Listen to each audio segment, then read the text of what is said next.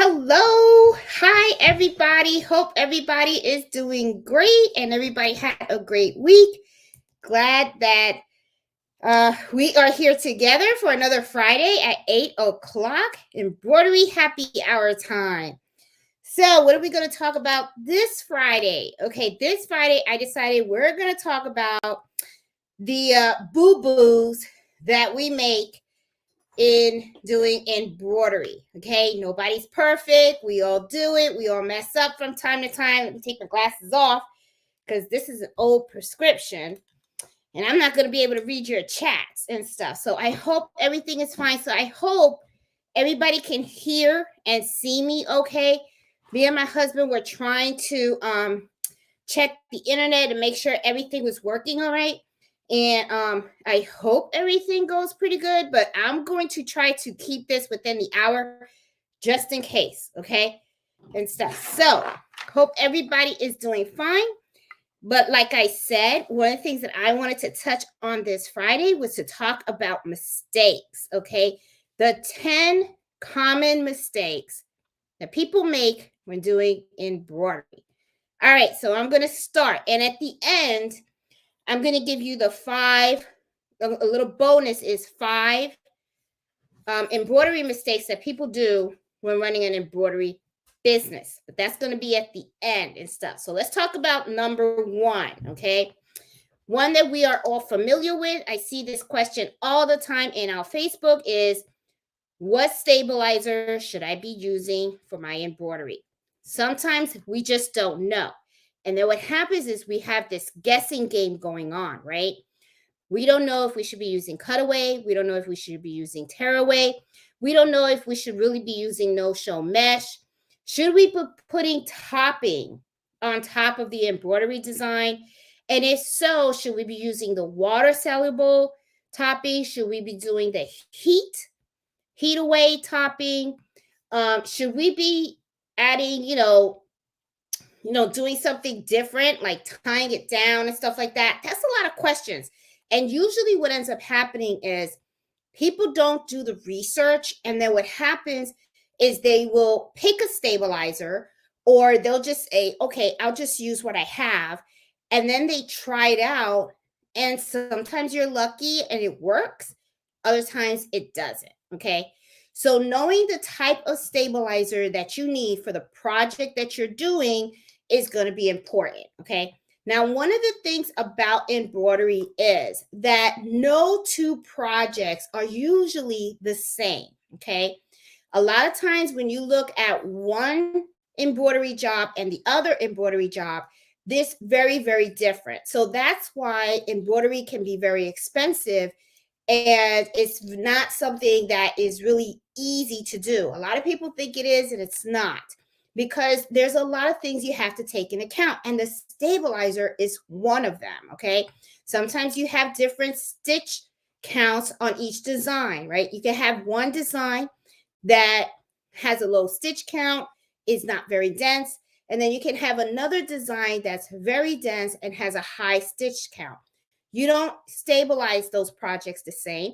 And you have to make sure that you understand the type of fabric that you're embroidering on and that you know exactly how to hoop it and everything. So there's a lot of things that really takes into account. So really try to understand what stabilizer is, what it's used for, what the different types of weight of stabilizers there are, and know the difference between the cutaway and the tearaway. Okay. A lot of folks, they have this saying, right? If you wear it, you don't tear it. Okay. And there is some truth to that. Okay. And I'm going to explain to you a little bit why I say there's some. Let's look at the jean fabric. Okay. Jeans are not very stretchy, but again, it depends on the type of jean fabric that you're looking at. I have seen some like stretchy jeans where the fabric kind of like can be stretched. But if you're doing something like a type of embroidery on a jean jacket, and when you pull on the fabric, you see there's really no stretch in it, you can get away with using tearaway stabilizer for that. But if you see that the fabric has some kind of stretch, always use the cutaway. Okay, that is one of the things that I tell people that is very, very important. The cutaway is what's really going to stabilize the fabric and also the stitches that you put on there. So, understanding the stabilizer that you're using and why you're using it is one of the most common mistakes that people make when they're embroidering. So, that's very, very important. Number two, rushing. Rushing is a no-no. Yes, embroidery machines can be, can really stitch at very top speeds. You have embroidery machines out there that can stitch 2,000, 1,500, 1,000 stitches per minute. Do you have to stitch that fast? No. Is it a good idea to stitch that fast? It depends, okay? However, though, there are certain situations where you may want to slow down that machine. For an example, if you are embroidering with metallic thread is very wiry. And a lot of times you should use metallic thread with a metallic needle, okay, with the those type of embroidery needles. There's a reason for it because metallic thread is different material from your regular embroidery thread.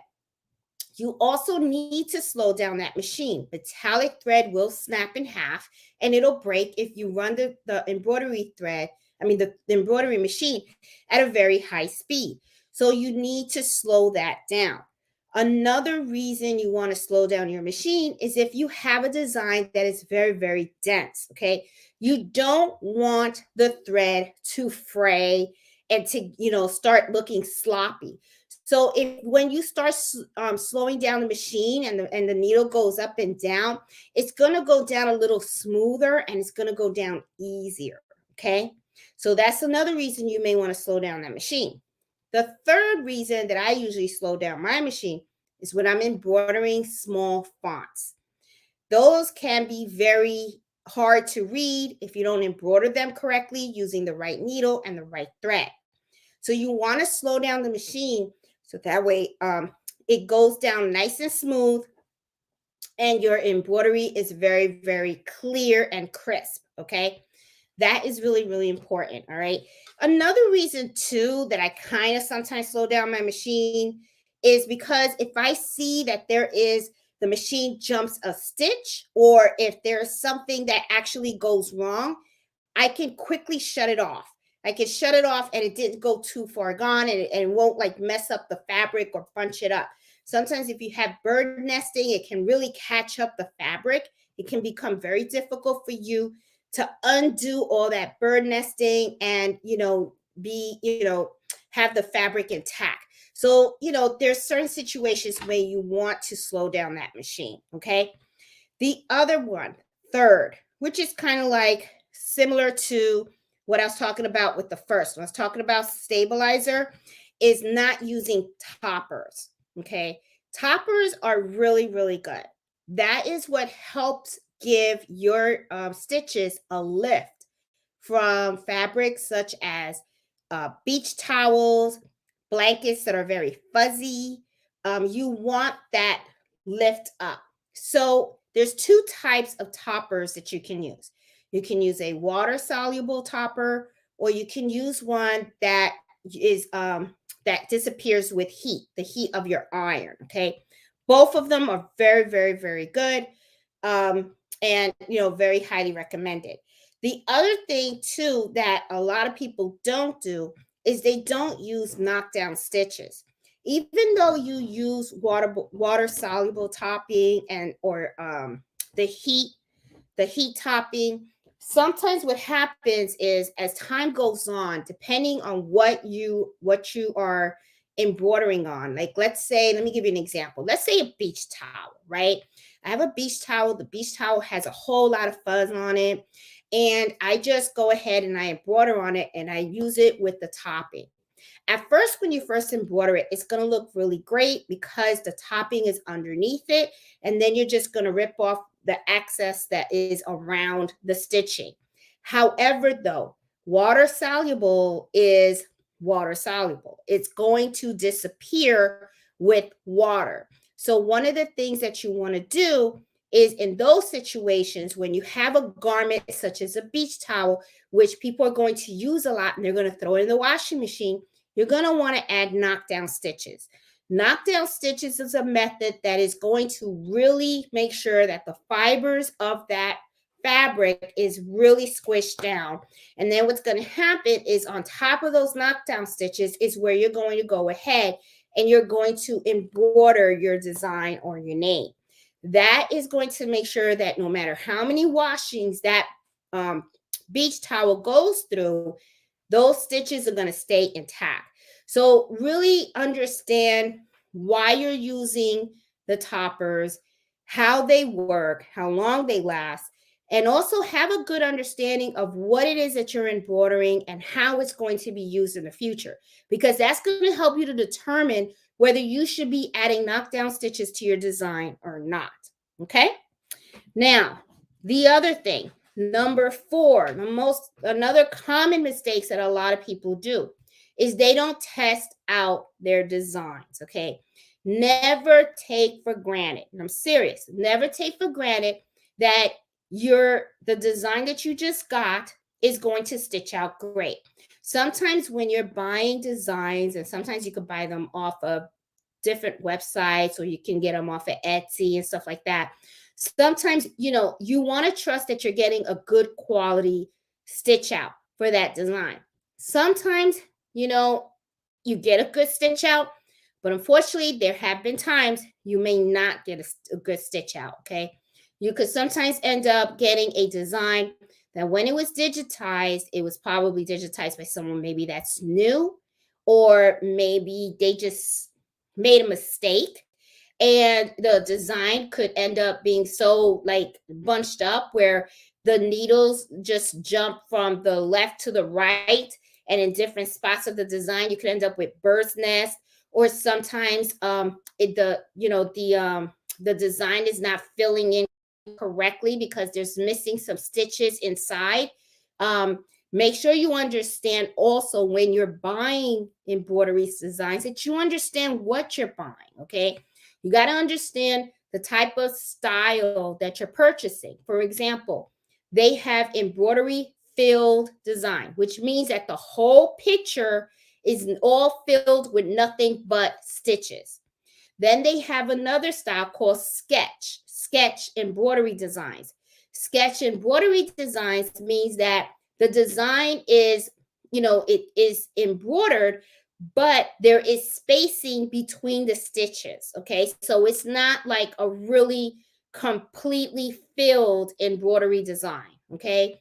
So know what you're buying, understand that, and you have to test out these designs because you want to make sure before you actually embroider this on your blanks that it's stitching out correctly. Okay. I hear it all the time where people just bought the embroidery file and then they just take it for granted that it works. And then they'll take a bag or they take their customer's blank, the shirt, the polo shirts and everything, put it underneath the machine, and they got a mess. And they're like, great, I just ruined the blank. So take that time. Okay. That is one of the things about embroidery. Embroidery is a time consuming process. Okay. So there's a reason why people pay a lot of money for embroidery or charge a lot really for embroidery. It's because it takes time. All right.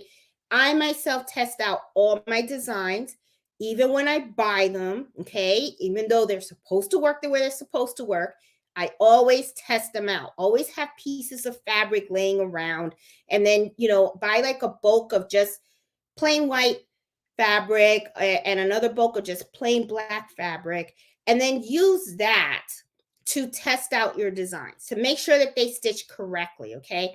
And if you see something wrong, then you go talk to the digitizer. Make sure that they get it corrected so that you get it perfectly the way you want it, because you don't want to go ahead and take a design and, like I said, put it on a blank and then it's ruined. So a lot of times people don't test out their designs. A lot of times people don't want to because they say it's time consuming. Well, you know what? It is what it is. You're taking a risk. Okay. So I wouldn't risk it. Me personally, especially with a customer's product, I would not risk it. If it's something for me, then I'm like, okay, it's for me. So if kind of comes out jacked up, then that's all right because it's for me. But I'm not going to give something like that to a customer. All right. So that was number 4. Okay. Number 5, needles. Needles is something that you need a lot of, okay? But you really have to have a very good understanding about needles, the different sizes, okay? And why there is so many different sizes. What do you use for what, okay? Like for embroidery, you usually use size needle 7511, and that's with a 40 weight thread. Now, 40 weight thread is usually the most common embroidery thread there is. However, though, when you are stitching out designs, there may be certain areas within the design that you cannot use that size needle or that size thread. Okay. Perfect example of that is when you work on logos. Sometimes you could have a logo that has a specific area where they have wording on it, and the wording is very, very small. If you have that, then what you want to do is you want to use a needle that is a 65/9 size, and you want to make sure that the thread you're using is of 60 weight. The reason being is because 60 weight thread is thinner than 40 weight thread, and the 65/9 needle will puncture a smaller hole than the 75/11 needle. Okay. You don't want to use thick thread for very small fonts or use a 75/11 needle for small fonts, because what's going to happen is that thick thread is going to get all squished, and then it's not going to look right. You're not going to be able to read it. Okay. So you want things to be very, very clear and easy on the eye, and you want to be able to read it. And it's not just small fonts either. If you have any particular details and designs that you really need it to really like stick out, and you can't have it like distorted or anything, use that 60 weight thread with a 65/9 needle, and you're going to see a big improvement on that. So a lot of times people don't know about needles. They also don't know to use a metallic thread needle when they're using metallic thread.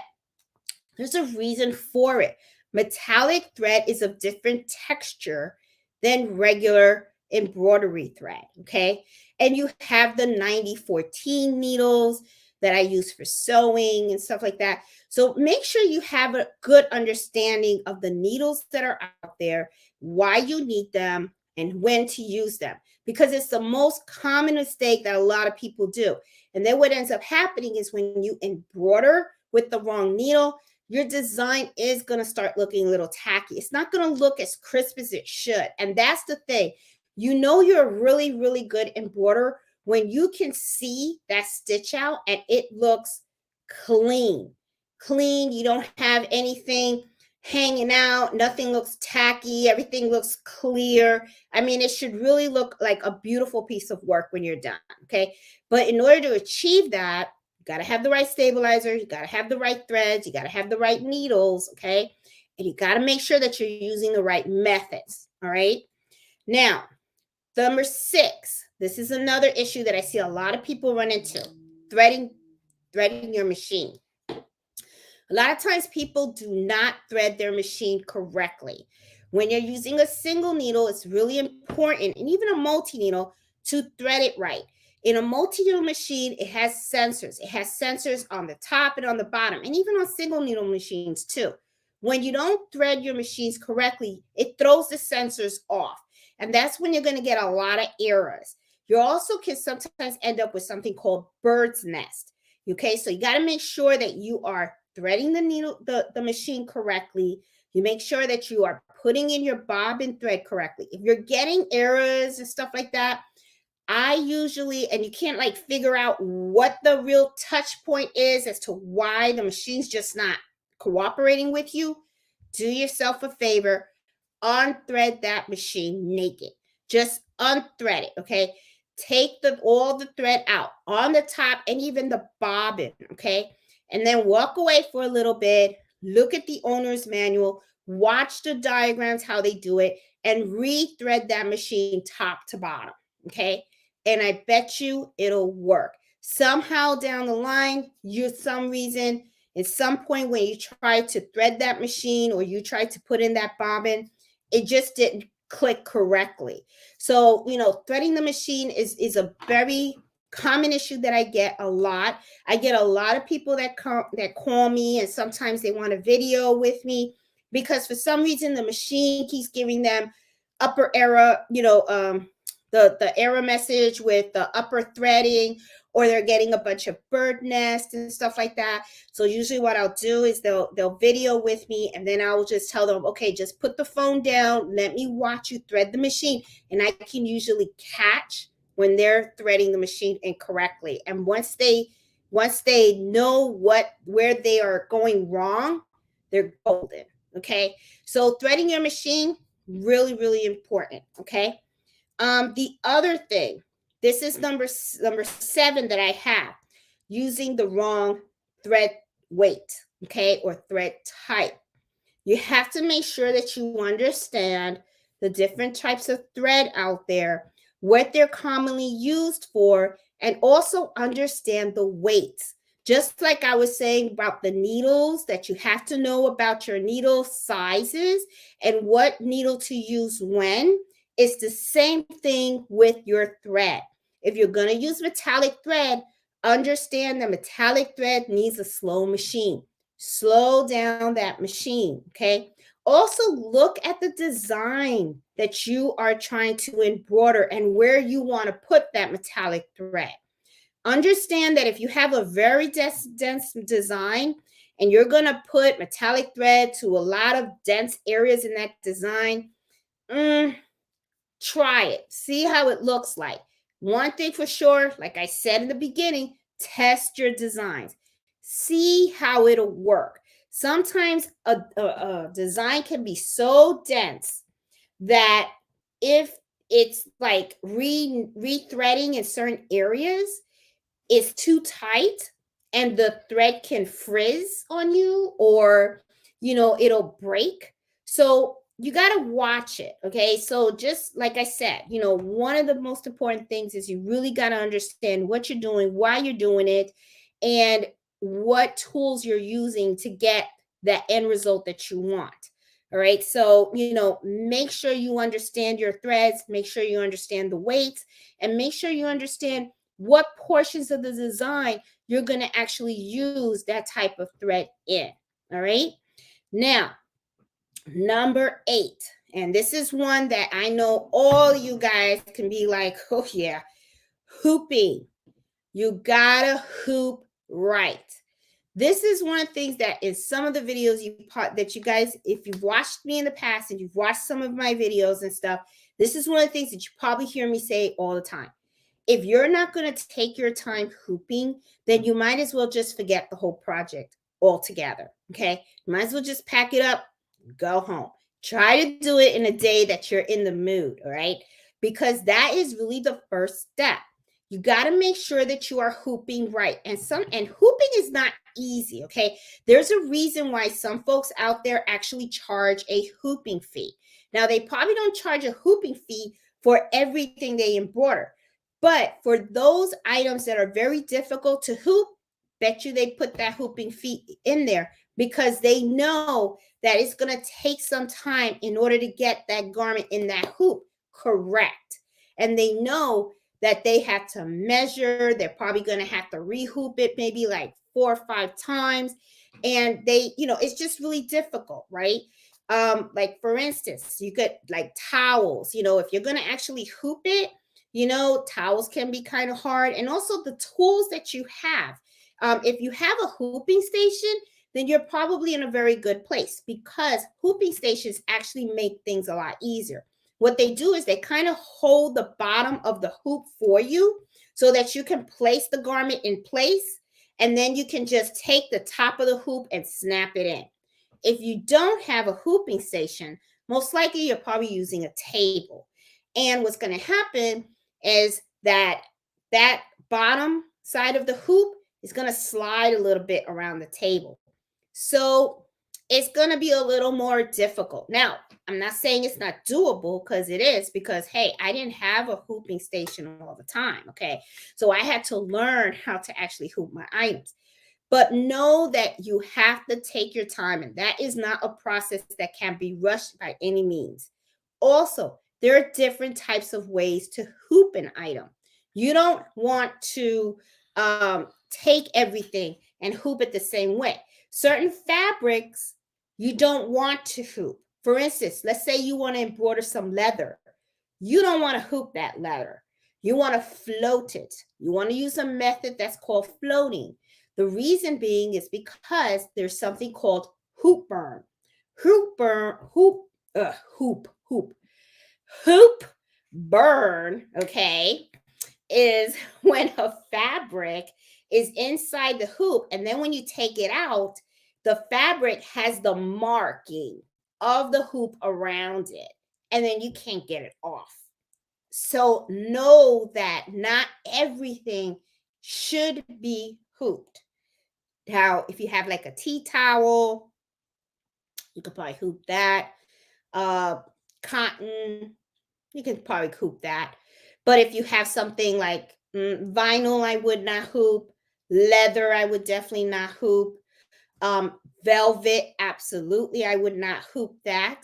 That can give you hoop burn, and the last thing you want is to damage the fabric, because then at the end you could probably be like, oh my god, my embroidery came out great, and then when you unhoop it, you got this round circle around your embroidery design and you can't get rid of it, and then you're like, beautiful, this is nice, now what do I do? Okay, so understand about the hooping process. Know how to hoop your items right, and know that not everything should be hooped together with the stabilizer. Okay, there is a process called floating, and I've done plenty of those in the videos. Okay, and you don't want to hoop your items too tight either, because if you hoop your items too tight, you could end up with hoop burn. Okay, so that's another thing. Number 9, something that a lot of people don't do, and they do it when they start embroidering, and then all of a sudden they notice that the stitches aren't coming out right. And that one is your tension, your machine tension. You should always check your machine tension. Now, I'm not saying you have to check it every time you turn on that machine, but you should at least run a check once a week, okay? Depending how much you run the machine. You want to make sure that the machine tension is correct, because the last thing you want is to be embroidering. And then when you're at the end of your embroidery design, you start seeing that the bobbin thread is showing up on the top. And then you're like, great. Now your whole item is ruined, okay? So you want to make sure that your machine tension is correct, all right? You want to make sure that the settings are right, that the tension on your bobbin case is correct. These things do get loose over time, okay? I mean, it's a machine. There's a lot of movement going on in there. Something else that you guys don't know, that I probably have never shared with you guys also is, let's say you have a bobbin, right, in your hand, and you accidentally drop it on the floor. You just screwed up the tension on that bobbin. Chances are you probably screwed it up, because that's happened to me, where I was changing my bobbin. I accidentally dropped it on the floor. I just picked it up, put a new bobbin in there, smacked it on the machine, and then before you know it, the white thread was showing on the top. And I said, what the heck happened here? What's going on? And then next thing you know, I had to stop the machine, take it out, put a test fabric in there, and I found out that when I dropped it, that little screw on my bobbin case, for some reason, it just moved on me, and I had to readjust the tension on my bobbin case in order for my tension to work correctly on my machine.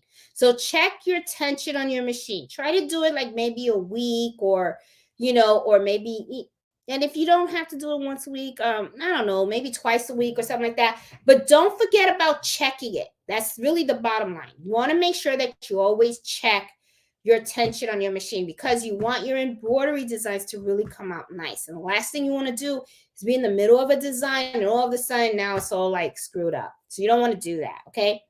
Now, the last one. I kind of went through these kind of quick. Okay, well, it's 8:30, so okay, I got time for the bonus ones. Okay, the last one that I have. Something that a lot of people do all the time. You buy a design, right? And you buy it for the size of your machine. Or you bought it at a particular size, but you didn't really want that size. You wanted to adjust it. You want to make it bigger. You're resizing designs way too much, or you're making them way too small. When you resize a design, try not to resize it more than 10%. Okay, I was having a conversation with my girlfriend Robin today, who also does embroidery. And she said one of the things that she does is when she looks at a design, she sees how many stitches there are. And then what she just adds 10% to the number of those stitches. She makes sure she doesn't go over that. Now, my thing is when you are adjusting the size of a design, you're actually adjusting the number of stitches in that design. Some software will go ahead and do the recalculation, and they'll go ahead and they'll put those extra stitches that are required if you want to make something big, or they'll take away those extra stitches if you want to go ahead and make them smaller. And some software are pretty good at readjusting designs. However, though, there may be a time or two where you adjust it so much and then you kind of like just really screwed up the design. That's why sometimes when you buy an embroidery design, if you really read the fine print from a lot of the digitizers, they say that they are not responsible if you make modifications to those designs, because they know that sometimes people will buy a design and they'll buy like a design that's a 4x4, and then they'll say, I needed a 4x4, but I don't feel like buying that design again to make it a little bigger. So I'm just going to stretch it out. And so when you go ahead and you stretch it out, you got to be careful. Sometimes it'll work, sometimes it won't. Okay. So just know in the back of your mind that when you do the resizing, okay, you may want to do a test stitch. And if it doesn't work, you may want to reach out to a digitizer and ask them if they can go ahead and digitize that same design for the size you want. Because one of the things that you're going to mess around with is the quality of that design, right? It may not, stitch out as, really great as it's supposed to be, as if you were to go ahead and stitch it out at the size that it was actually sold to you in, all right? So you want to really like pay attention to that. So I'm going to do a recap real quick of the 10 that I had thought about this week, okay? Using the wrong stabilizer, know your stabilizer. Number 2, don't rush your work, okay? Rushing your work, that's where the mistakes happen, okay? Number 3, are you applying topping when you're supposed to, or you're adding knockdown stitches when you're supposed to? You know what I'm saying? So think about that. It's a mistake a lot of people make, and then when it comes out, don't come out that good. Number 4, you got to test those design stitches. If you don't test them out, don't get mad if they come out on the blank, all coming out all scrappy, okay? Then you're going to be like, man, I should have went and I should have tested it. Okay, you got to do that. Number 5, know your needles. Not every needle is for everything. There's a reason why the manufacturers out there have different sizes, different types. And change those needles. Don't be cheap. Change the needles. Change them, because a dull needle will really mess up your design. Trust me, it will. So after 8 hours of sewing, change those needles. Seriously, okay? Because it's not good. You're going to hear like a knocking. It's going to be like knocking. When you hear that knocking, and listen to your machine. Listen to the machine. Listen to the needle when it hits the fabric. That's when you know you're good. You're really good at what you do. When you're familiar with your machine in such a way that you understand the sounds, okay? You put in a fresh needle, listen to it, and register how a fresh needle sounds when it's going through that fabric. And then if you want, take a old a piece of fabric, put an old needle that you've been using for the whole month, okay? And then try embroidering with that. You're gonna hear a difference. It's gonna sound like it's knocking, and that's because that needle is dull and it actually is really like puncturing the fabric. And and the reason why you want to do that is because if that needle has to puncture the fabric harder to get through, the chances are that that hole in that fabric is getting to be bigger. So, just something that I forgot to mention before, but I want to emphasize that. Okay. So, okay. Number 6, threading the machine. Gotta make sure you know how to thread that machine. Number 7, using the wrong thread type or weight. Okay. Number 8, hooping incorrectly. Take your time, hoop right. If you don't hoop right, then believe me, all the work is going to come out bad. You're going to end up with something crooked, or it's going to be sideways, or it's going to be, you're going to have puckering, or you're going to have wrinkles and stuff like that. Take your time hooping. If you don't take your time hooping, you might as well just call it the day. That means you don't care. You really don't care, because that's the first thing you really got to care about, if anything. Okay. Then check your bobbin tension. Okay. Make sure that when you start embroidering, that the tension is going to be right in that design. You don't want to embroider and then all of a sudden you got white thread showing up on the top. And number 10, taking care of those embroidery files. Okay. When you are making modifications to those embroidery files, know your limits. Know that you shouldn't go beyond a certain size. You can really distort the design, the way it's going to stitch and stuff. And talk to the digitizers. Create a good business relationship with the digitizers that you trust, so that when you need help in making modifications, you can go to them. Okay. I have reached out to my digitizer many times. There have been times when I asked for a logo, and all of a sudden I'm like, it looks too small. Let me go ahead and increase it. Then I go ahead and I increase it. And guess what? When I increase it, it doesn't work. And then I'm like, that's great. And then I have to go back to the digitizer and I have to say, hey, I tried increasing it. It's not stitching out the way it looks. It doesn't look clean and fresh. And then I'll send it back to them and they will make the adjustment for me for the new size. So, make sure that you understand that when you're making modifications to those embroidery files, you're changing the stitch count. Okay, whether you're increasing it or decreasing it, you are changing the way that embroidery file is going to stitch. All right. So you got to make sure that you understand that, and the types of modifications you make, you want to make them at a minimal. And if you need to make them a lot, reach out to the digitizer, have them do it for you, because they will make sure that when you stitch it out at that size, it's going to be quality. Okay. All right. So like I promised, I'm going to talk to you guys about the 5 mistakes in a embroidery business that people make. Okay. I have number 1 as the communication. You have to communicate with your customers. You got to make sure that communication takes place between you and them. And I'm going to tell you why. A lot of misunderstandings can happen, okay? You want to make sure that they are aware of the process, how it works, the kind of thread that they're going to be, you're going to be using. You want to make sure you have a good understanding of what the requirements are, okay? Number 2, not providing a sample stitch. I feel that providing a sample stitch is very, very important. And the reason why I say that is because sometimes, even when you have that communication with the customer and you come on, you tell them, hey, I want my name blocked on this. Okay, fine. All right. But you know what? I didn't provide them a test stitch, right? So they walk away, they come back. I pick a font, I go ahead and stitch it out. And then when I give it to them, they're going to be like, oh, okay, well, it's kind of thick. I wanted more of a thin font and stuff like that. When you provide a sample stitch out, you're providing them a visual of exactly what they're going to get. There's no guessing game. There is none. They know right off the bat, this is what it's going to look like.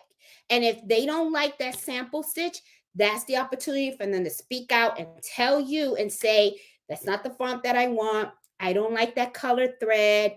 I don't like the size and stuff like that. And there's a lot of things that can be cleared up at that moment, all right? Because it's all about managing expectations, okay? So you want to make sure that you have a clear understanding of what their requirements are and that you're meeting the expectations, not just from them, from you too, okay? So, you want to have that meeting of the minds, okay? Number 3, the price, okay? A lot of times what happens is sometimes customers will try to negotiate a price and they want a lower price. That is, to me, is a no-no. I don't negotiate price. I just don't do it, okay? And I'm going to tell you why, and you guys have heard me that have watched me say it in the past. It's about being fair. It's about being fair, okay? You know the process inside out. You know exactly all the work that's going to entail in order for you to provide that end product that that customer wants, okay? You already priced it. You know how much it's going to cost you in materials and time and labor and everything, okay? So my whole thing is I like to be fair. I don't put my prices out there like, I'm not going to say, oh, it's not like you're buying a Louis Vuitton bag, okay? I'm not out there, but my prices are fair, okay? They're affordable, but they're affordable at a point where I can make some money and they get their end product at a good price, okay? They try to undercut me. I don't like that. I don't like it and I don't tolerate. I'm just like, I'm not the embroiderer for you. For the simple reason is I will not take a job and at the end of that job give that customer a product and then I feel like I've been taken advantage of. I'm not going to do it. I don't do it. It's not a good feeling. It's not a good feeling for anyone to feel like they've been taken advantage of or anything. So don't allow it. Don't allow it, especially if this is something that you love to do. You want to continue loving it. So why would you allow somebody to make it an unpleasant experience for you? So don't. Not every customer that comes to you is an order that you have to take. You got to remember, this is your business, not theirs. Okay? So that's just how I feel about it. Some people feel a little different. A lot of, some people say customers are always right, or they feel that they need to make those sales. So they'll just say, okay, if you want to pay me $1 per polo shirt that I embroider, I'll just charge you $1. If you want to do it, then you go ahead and you got to do what's comfortable for you. Okay. I don't, when it comes to pricing, I tell people up front, I just believe in being fair to everybody, the customer, including myself. Okay. I will not sacrifice myself for anything. I just don't do it. It's not me. It's not in my blood. And if I'm forced to do something like that, they're going to hear my mouth. They're not going to like it. So it's like, so, the price, that's the third problem that a lot of people run into. Okay. The fourth, not researching and marketing your products. Okay. One of the things, like when we're talking about price, you want to be able to research out there. You want to see what competitors are pricing at. You also want to be able to research and see what entails in certain jobs. Okay. How long an embroidery takes and all that kind of stuff. You also want to market yourself. All right. You also, go out there and market yourself. I went to, I don't have the jacket here. I did a video. Yeah, I don't have it here. I have it in the other room. I did a video on how to embroider both sides of a jacket. Okay. So I went the day before yesterday with my husband and we voted because they had an election going on. And I wore my embroidery jacket.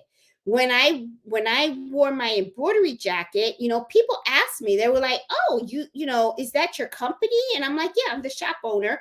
They were like, oh, where's your shop located? And before you know it, I was giving out my little business card to the people that were working the election. So, I mean, Always advertise. If you're walking around with a jacket, put the name of your embroidery business. Embroider your own embroidery, your own jacket, okay? And put your name, shop owner and stuff like that. Carry your business cards with you. Talk about your business, advertise it. Be your own walking advertisement. Market yourself, okay? That's something that a lot of people don't do. And the other thing that I say is branding. And when I'm talking about branding is when you have the stuff that leaves your shop, make sure that your shop has your name on it. Like I said, I do my own branding, okay? I have my own little labels and I had them made. And every time I embroider a product or something, I sew this on there. I sew this on my hats. I sew them on my baby blankets. I sew them on my kitchen towels, on my dinner napkins. Make sure that you brand your items, okay? People will forget your Etsy shop. Remember, your Etsy shop is one of millions out there on Etsy. So when somebody says, "Oh my God, that's pretty. Where'd you get it?" "I got it from Etsy." That's what they're going to say. "I got it from Etsy." They're not going to say, "I got it from Unique Designs for You." They're not going to say that. They're going to say, "Oh, I got it off of Etsy. There was a shop in Etsy."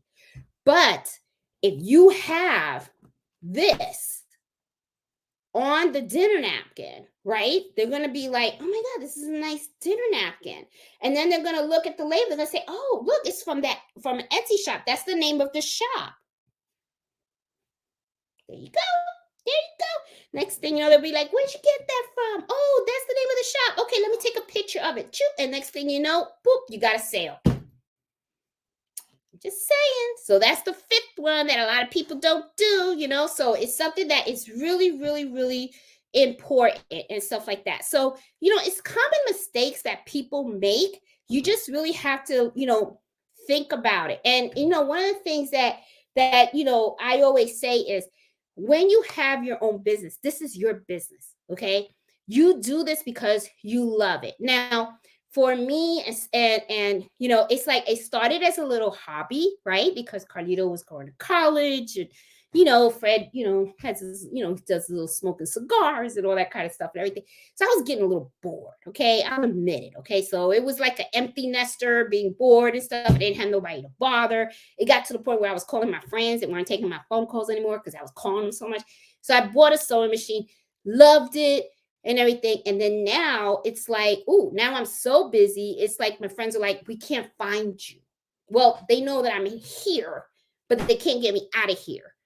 You know what I'm saying? So when you own your business, you love what you do. You love, love, love what you do. So why not get a jacket? Put the name of your shop on there. Be proud of it. Look for opportunities to talk about it and stuff. And you never know if someone out there is looking for embroidery, right? Put yourself out there. If you live in a community and they have a Facebook page, right? Put your stuff out there. Put it out there. That's what I did with the golf towels. Remember? My husband was like, "Wait a minute, all these people around here do golf, and you import a golf towel. So put a golf towel out there." So Fred told me to put a golf towel. Put a golf towel out there. Before you know it, I sold like 60 of them. I was like, damn. I was like, I didn't know all these people wanted golf towels with their names on it. And you never know. And then as people bought the golf towels, they were like, "Oh, you do embroidery? You do other stuff?" "Yes, I do other stuff." Then next thing you know, gave them my business card. On my business card had my Etsy shop. So then I was selling baby blankets. I was selling baby onesies. See, get your name out there. Get your name out there. I'm serious, guys. So it's little mistakes that people do that, you know, they're common. And the other thing too, one of the things that I wanted to talk about mistakes this Saturday is this is the thing too. Sometimes people you know you want to start embroidery, right? And embroidery can be difficult, but it can also be easy too. Once you understand what you're doing and why you're doing it and how to use the different threads, the needles, the stabilizers and all that kind of stuff, it all does come together. But the thing is, it can also be very intimidating. And I think I really wanted to do this happy hour for the folks that are kind of new because sometimes what happens is you'll get an embroidery machine and then you start off, right? You're happy, everything's starting off. But then before you know it, you start having like some tension issues. And then you're like, oh, shoot. And I got these tension issues and you got to figure that out.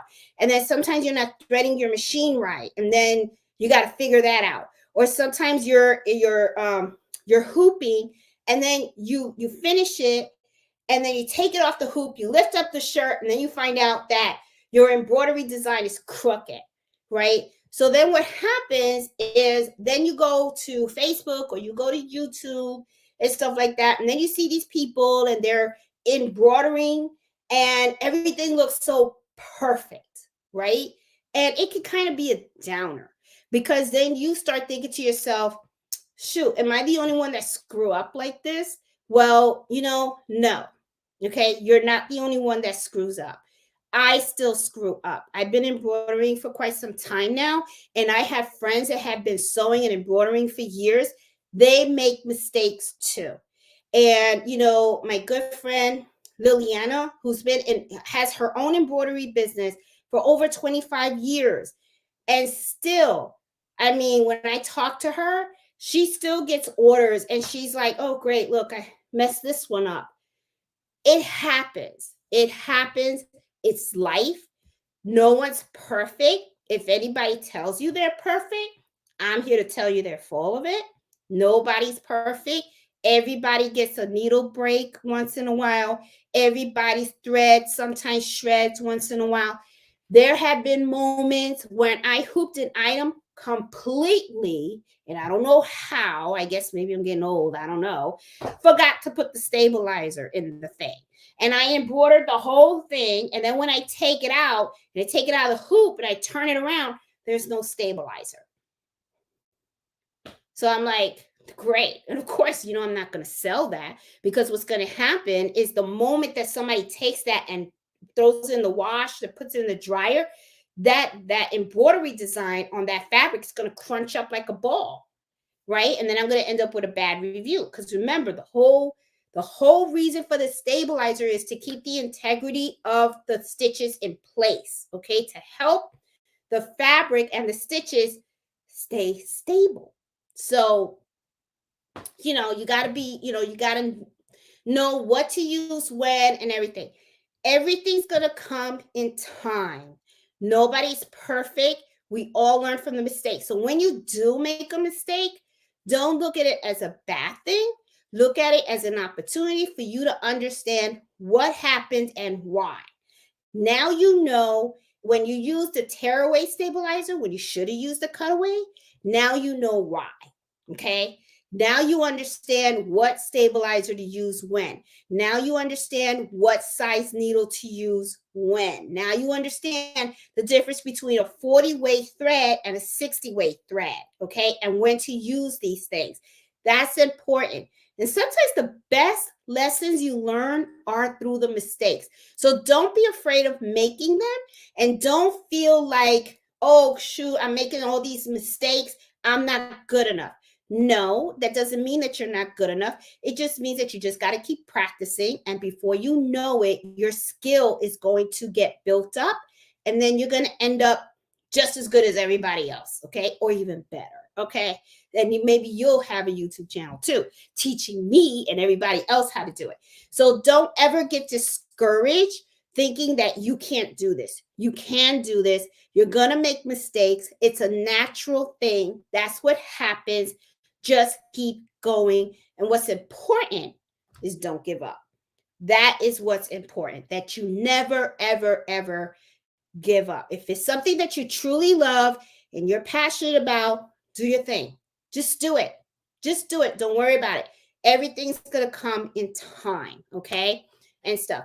And embroidery is expensive. It really, really is, So look for good ways also to get blanks, Like I get some of my blanks from Alibaba. Another place that I recently found out about, I had no idea that I had a blank warehouse here in Gainesville, Virginia, okay? Had no idea. The way I found out about it was a customer reached out to me because they wanted me to embroider a beanie for them. And they actually work at, and I got their thing. This is the place, and I'm going to put it right here. Let's see. This is Atlantic Coast Cotton. Okay. This place is only like 4 miles from me. Here's their address too, just in case you guys are interested in. And here's their website. Okay. They gave me a catalog. Okay. And I've been looking through it. Hats, shirts, polo shirts, jackets, pants, shorts, t-shirts. I mean, a whole bunch of stuff. One of the things that I love is that that warehouse is only 4 miles away from me. Okay. So I can actually go over there and I can look at the blanks and feel the blanks. Okay. Because remember, that's something that Miss Banks taught me when I went to the sew and quilt show. She was like, feel the fabric, you know. Remember, she was telling me that. And she could tell right away. She would hold the fabric and she could see the the light through it. She would tell me if it's cheap or not, you know, and stuff like that. So when I went there, they had the whole warehouse and they even had a display showcase room. And I walked in there and I was able to pick up the hats and feel them and touch them. And I was able to touch the shirts and everything. And I'm able to purchase from them wholesale price. So I was just like, oh my God. And then I filled out the Virginia tax sales resale tax certificate. So now I have that. So now I can buy blanks, and when I buy blanks I don't pay sales tax. But whenever I embroider and I sell to a customer, I have to make sure I incorporate the sales tax in those invoices for local sales, and then I send that to the state of Virginia and stuff. But that's stuff you got to do when you own a business and stuff. And I'm going to be meeting with an accountant next month, so because I got to really learn the ins and outs of all this paperwork and stuff. So it can be a lot. It really can. So my advice is, when you get to that point, make sure that you get a very good tax accountant to help you with your personal taxes and your business. And also make sure that you can touch base with someone regarding QuickBooks Online, so that they can make sure that your QuickBooks account is set up correctly, you're characterizing your expenses correctly and everything. I'll be meeting up with I hired a QuickBooks expert, and they're going to be coming over to see me in about like 2 weeks, and we're going to go through everything, because I have everything in QuickBooks. I think I have it right, but that's her specialty. So I know she probably knows maybe a better way for me to organize things a little more neatly, so that way when I meet with the tax person, it's like more easy for me to pull reports and all that kind of stuff and everything. So that's something else. But anyway, guys, I just really wanted to share with you guys the common embroidery mistakes that a lot of people do. And as always, I want to go through the chat room, because I like to say hi to everybody and even answer questions that you guys might have.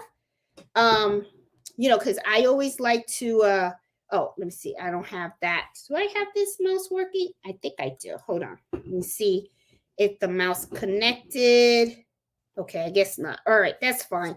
I can use the mouse on the MacBook. So I'm gonna go down, say hi to everybody. Hey Kay, how you doing? Oh, first time in the chat.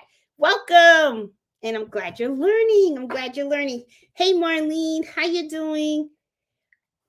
Oh, Marlene. Okay. Yep. I see Marlene's thing. She said, let me tell you about Marlene. Marlene, I hope you don't mind me sharing.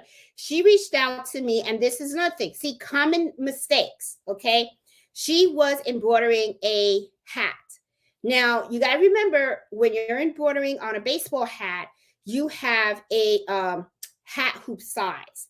Got to make sure your design doesn't go past the hat hoop size. If it does, you're going to get an error message that she was getting, which was saying that the embroidery design was too big and stuff. So see, everybody makes mistakes. Not a big deal. It's just a learning process and stuff. So, but I bet you now Marlene can pop out a hat real quick. No problem and stuff. But I'm glad everything worked out, Marlene.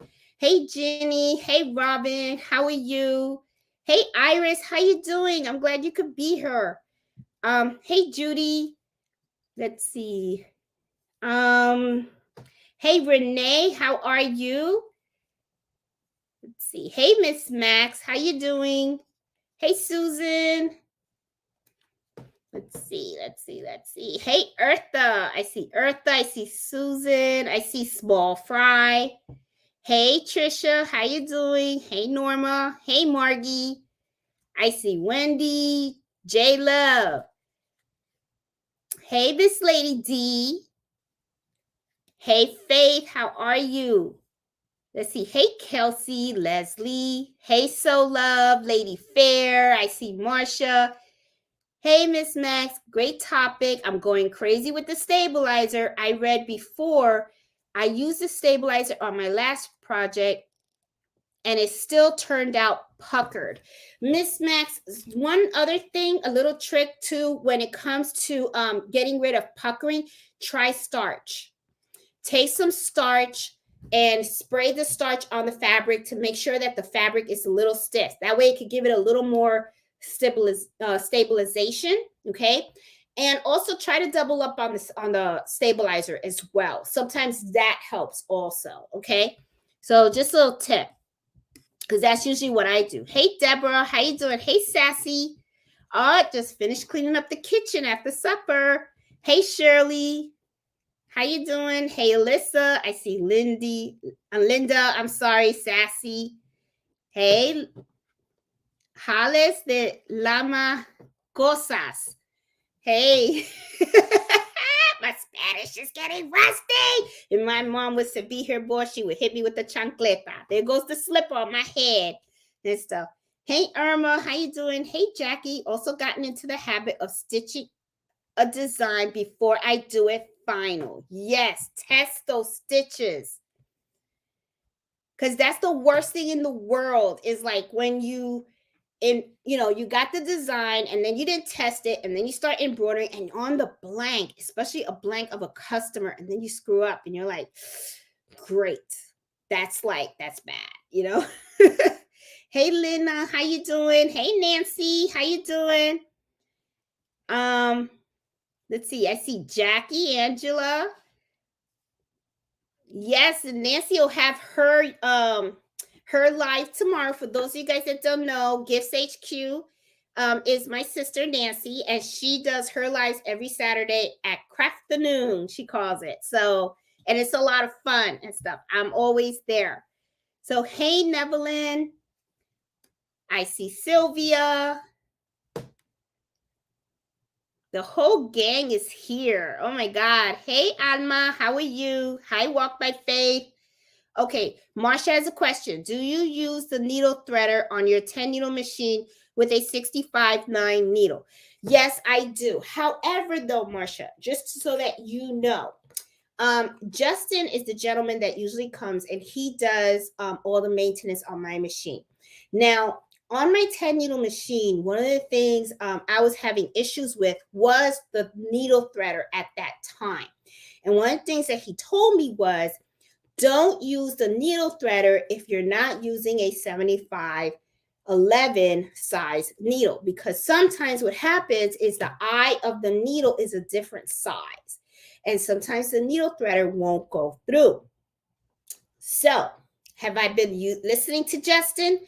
Honestly, kind of like, no. Okay, so I have used the needle threader with the 65-9 needle so far, thankfully. And I hope I didn't jinx myself. Watch tomorrow if I use it and then it doesn't work. Okay. Then I'll be like, great, But it's been working for me. It really has been working. But Justin did tell me that. He told me just use it with a 75-11, but I have been using it with a 65-9, and it has worked. Okay. But make sure that, let me put your question up there so that way people can see what I'm answering. Okay.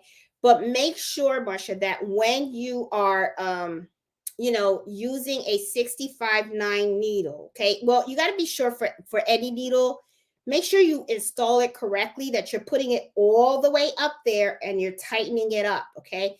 because, you know, if you don't put your needle correctly in there and then the needle threader you initiated, that little hook, if it hits another spot of that needle, you can really damage your needle threader, and then you got to get it replaced. It's not hard to do, but yeah, I've had to do it several times. I had to actually get my husband to help me with that. You know, and there is a video out there that's really great that two gentlemen made on how to replace the needle threader of the Brother 10 needle machine. But I have used it. I've used it and it works for me.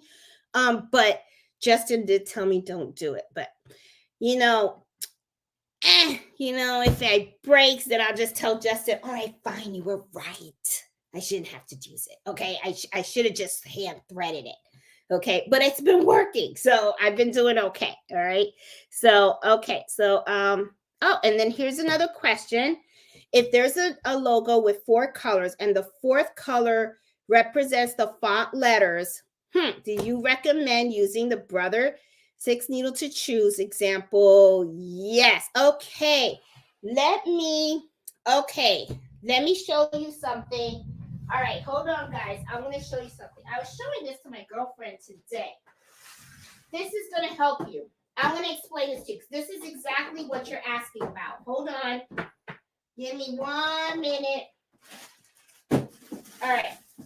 I'm going to bring my samples over here because I know what you're asking, and I'm going to show you, okay?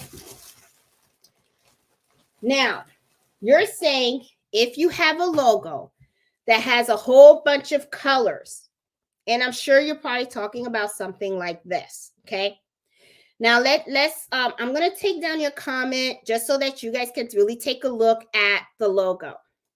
I want you guys to take a look at this, okay? Now, as you can see in this logo, you have some solid colors in there, but you also have the fonts, all right? So if you look at her question, okay, she also talks about the 4th color representing the font letters, right? All right, so when I am stitching out, okay, Linas cosas, okay, when I am stitching out this portion, okay, use a 75-11 40 weight thread, okay? I also have a video explaining this in detail too, okay? So if you don't understand it, reach out to me and I'll send you the link to the video, okay? When you are doing the small fonts like this right here, okay? With these small fonts, that's where you use the 65-9 needle with the 60 weight thread, okay? So everything else in here is all 40 weight. But where you see the letters, where you see Dominion Women's Club, where you see estimated 2007, where you see the services and strength and sisterhood, all the lettering, and the GFWC, all that lettering that you see on this logo, it's all 60 weight thread. Everything else in this logo, the outline, the filling, the red filling, the black filling right here, the gray filling right here, the white filling right here, okay? This is all 40 weight. 40 weight, there's no left. But when it comes to this is where you want to put the 60 weight thread with using a 65-9. If you don't do that, then what's going to happen? Let's say I did this whole thing in 40 weight thread and I use a 75-11. These words that you see right here and these words right here, especially the ones that you see in script, see how clear it is? That's not going to look like that. It's going to look bunched up, okay? Because remember, the 40 weight thread is thicker, okay, than the 60 weight thread. And then the 75-11 needle punctures a bigger hole than the 65-9 needle. All right. So, think of that's what I mean when I'm saying when you're embroidering, think about what you are stitching at that time. So if you're stitching something that's very, very detailed, okay, and it's lettering, small lettering, and you need it to be clear and stuff like that, that's where you want to use the 60 weight thread and the 65-9. Okay, so I hope that helps out. But very good question, and I'm glad you asked it. Thank you, thank you. Hey Marsha. Oh my God. Oh, Marsha said her husband passed away. She kept a lot of her polo shirts for testing designs rather than donating it. There you go. There you go. And you know what? I mean, and this is the other thing too. Any type of fabric, it's just scrap fabric. Old bed sheets. If you got old bed sheets laying around, don't throw them out. Take the bed sheets, cut them up in squares, and then put them aside. Old bed sheets, old clothes. I'm sorry to hear about your husband, Marcia. But old clothes, just keep the scraps. You don't have to go out and buy new fabric. Use scraps of fabric around because you're testing your design. You want to make sure that the design stitches nicely and well. And this is the other thing too. If you're not sure about how something is going to look on a particular fabric because you never stitched out on that fabric before, here's an article. Okay, I'm going to share with you, and I've said this in several of my videos in the past. If you guys are new, this is something you should Google. Okay, when you go to Google, type in Fabrics 101 Stabilizer and Design Guide. What's going to happen is you're going to get this document. Okay, now if you look at this document right away, you're going to see it has 4 columns, and it talks about the fabric. It's going to talk about the stabilizer. It talks about the type of design and also the needle to use. Okay, this is a very good document especially if you are starting out and you're really not too familiar with what fabric goes with what stabilizer or what needle I should use and stuff. This is a very good beginner's guide for you because it can kind of help start you off, okay, and stuff. So another thing that I sometimes do is if I have a particular item, right, and it's like a particular fabric, I'll go through my fabric stash and I'll see if I have a fabric that's kind of similar in texture, right, and I will take that and I will embroider the design on that fabric with the stabilizer that I think it'll work in. And then after I'm done embroidering, I take a look at it and I see, do I see any puckering or wrinkling or anything like that? And then it'll give me an idea whether I'm in the right path or not. If I end up seeing there's a lot of puckering, that I'm like, okay, maybe I need to double up on the stabilizer. Maybe I should starch it, okay, and stuff. So, that kind of like helps you and stuff. So don't, just something to think about, little hints of little things that I do in order to kind of help a little bit with the with that. Let's see. Hey Terry, how are you? Okay. Can I use a hooping station for my single needle machine? Iris, yes.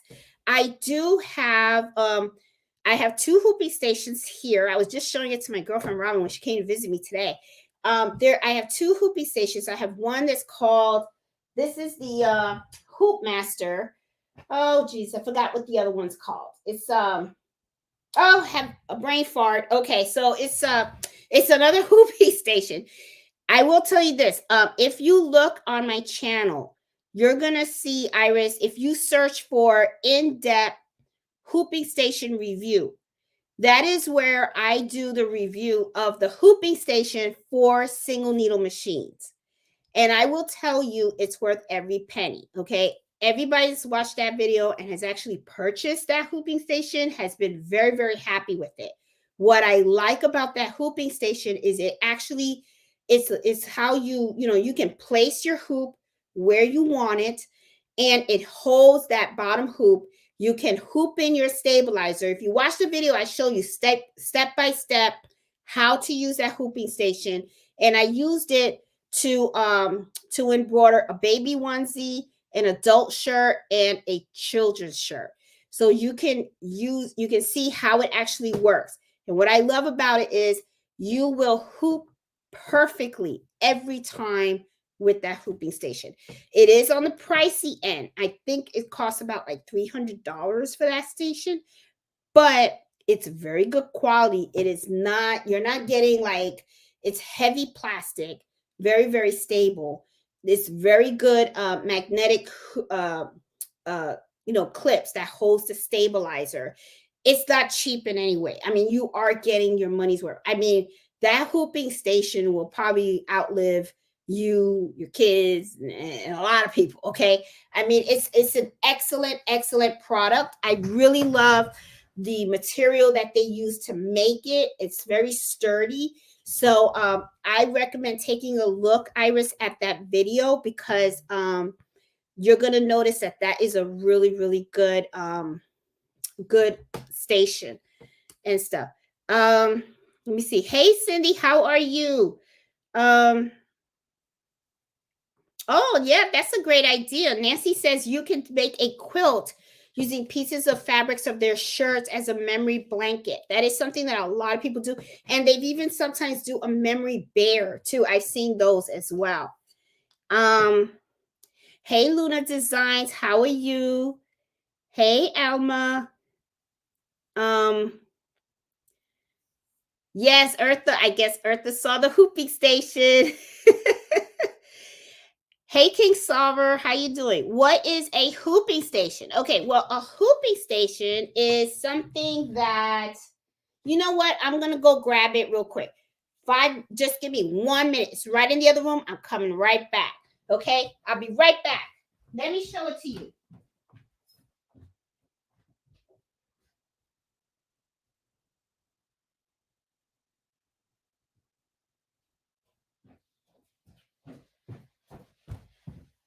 Here it is. Okay, this is the hooping station. Okay, since someone asked, and I'm going to move my table a little bit. This is a little on the heavy side. Whew, that was heavy. Okay, so let me move it here so that you can see it. All right. So let's see who asked. A king solver. Okay, what is a hooping station, King Solver?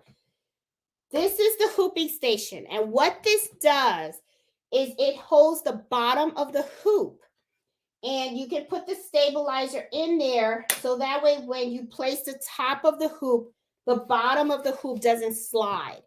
So you always can have a perfect hoop every time. Every time you go to hoop it, something is perfect.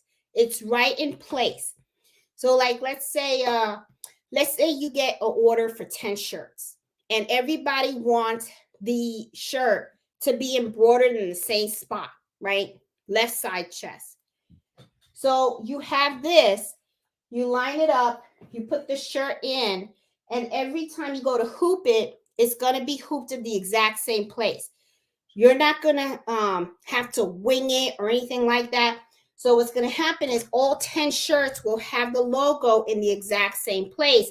Instead of if you do it manually, sometimes when you do it manually, the bottom of the hoop can sometimes slide on the table. And then what happens is you can be off by a little bit, or maybe the shirt will be a little crooked or something like that. So it helps you to make sure that when you're hooping your item, it's going to hoop it correctly. So that way the embroidery is going to be exactly where you want. Okay. So that's really what it is. I do have a video on the channel. It's called an in-depth review. If you go to the channel, you do a search in-depth review, it's going to pop up and I'll show you exactly step by step how this is used. Okay. So that way you can see how it works and all that kind of stuff. Hey Annette, how are you doing? Let's see. Let's see. Okay. How do you check the tension on the machine? Okay, Marlene, I have a video on the channel on that. Okay. If you do a search on tension in the channel, I have a video on exactly how to check the tension on the machine and also how to correct it as well. Okay, so if your tension is off or anything like that, if you watch that video, it shows you exactly how you're gonna check it and how you're gonna correct it. Okay, so I do have a video on that. Robin says she's afraid to mess with the tension. Sometimes you got to, sometimes you have to, because when you first buy the machines are supposed to have the tension set.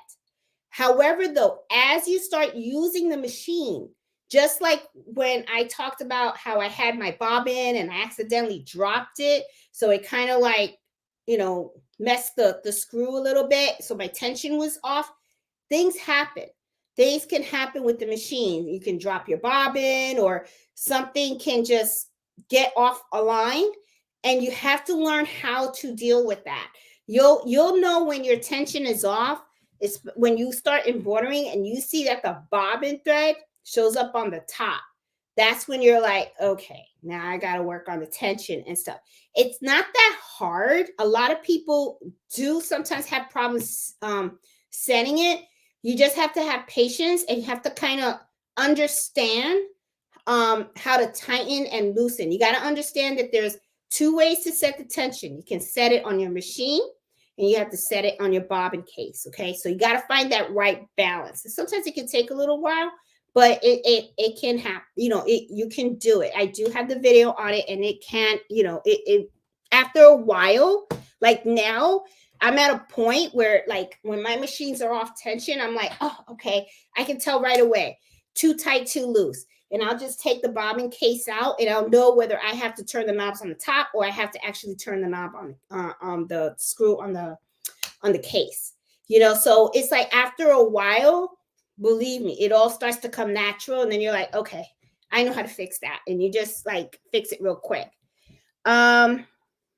What kind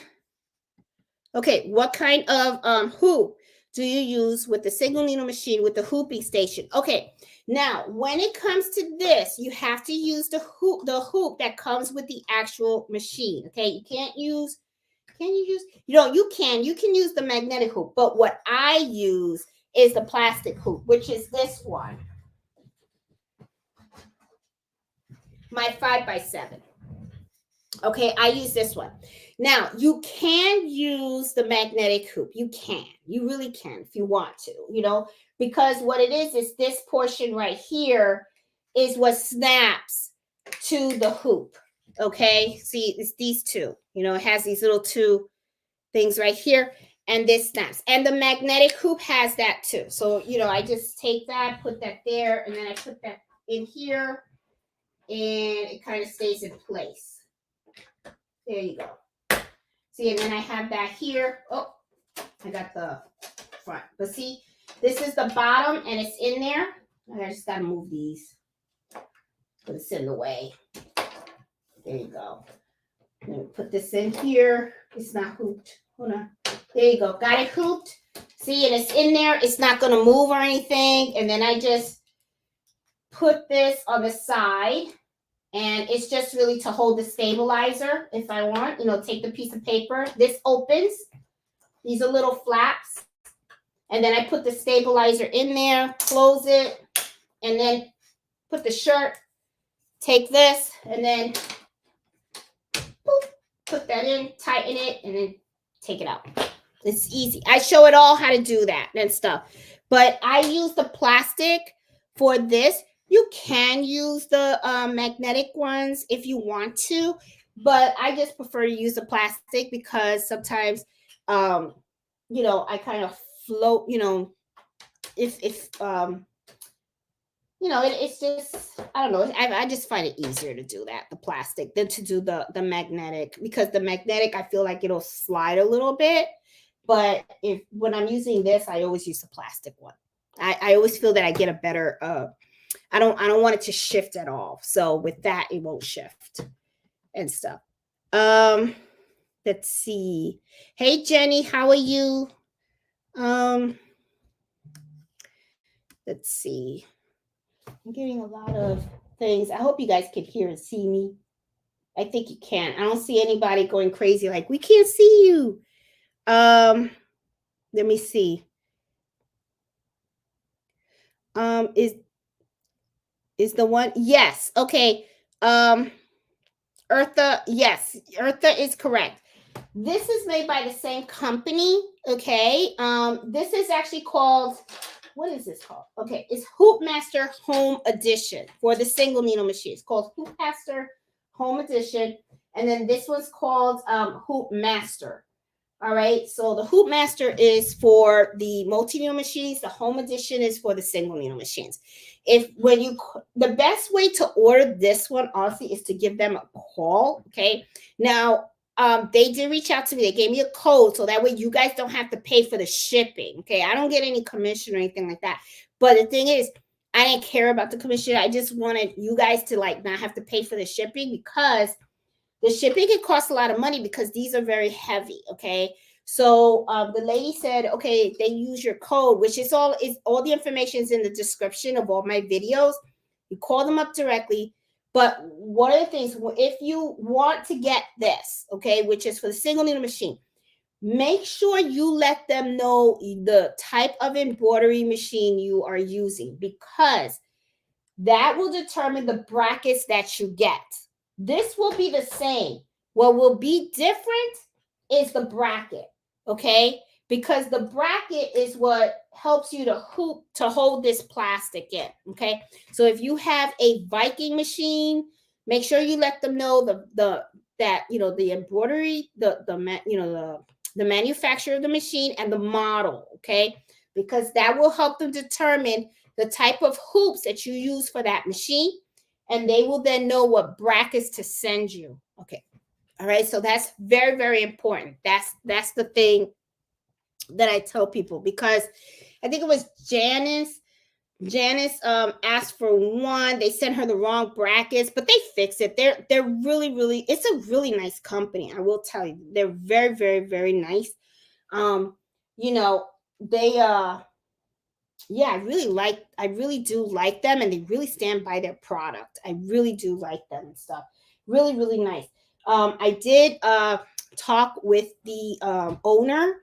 Her name is Tiffany Mack, and she was the one because I reached out and I asked them, do you have a hooping station for the single needle machine? Because a lot of times you see people, they're always using this, right? Because this is for the multi needle. So people are always using that. But the thing is, not everybody has a multi needle machine, right? Not everybody wants a multi needle machine. People want to be able to hoop their items quickly and faster for their single needle machines too.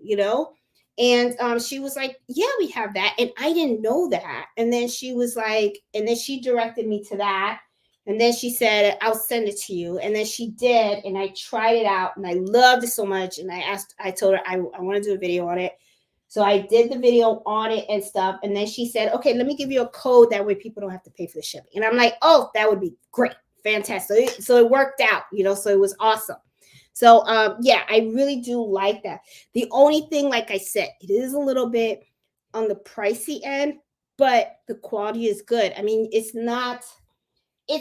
a plastic, but it's a very strong plastic. I mean, it's not flimsy in any way. The what do you call it? The bottom, the feet.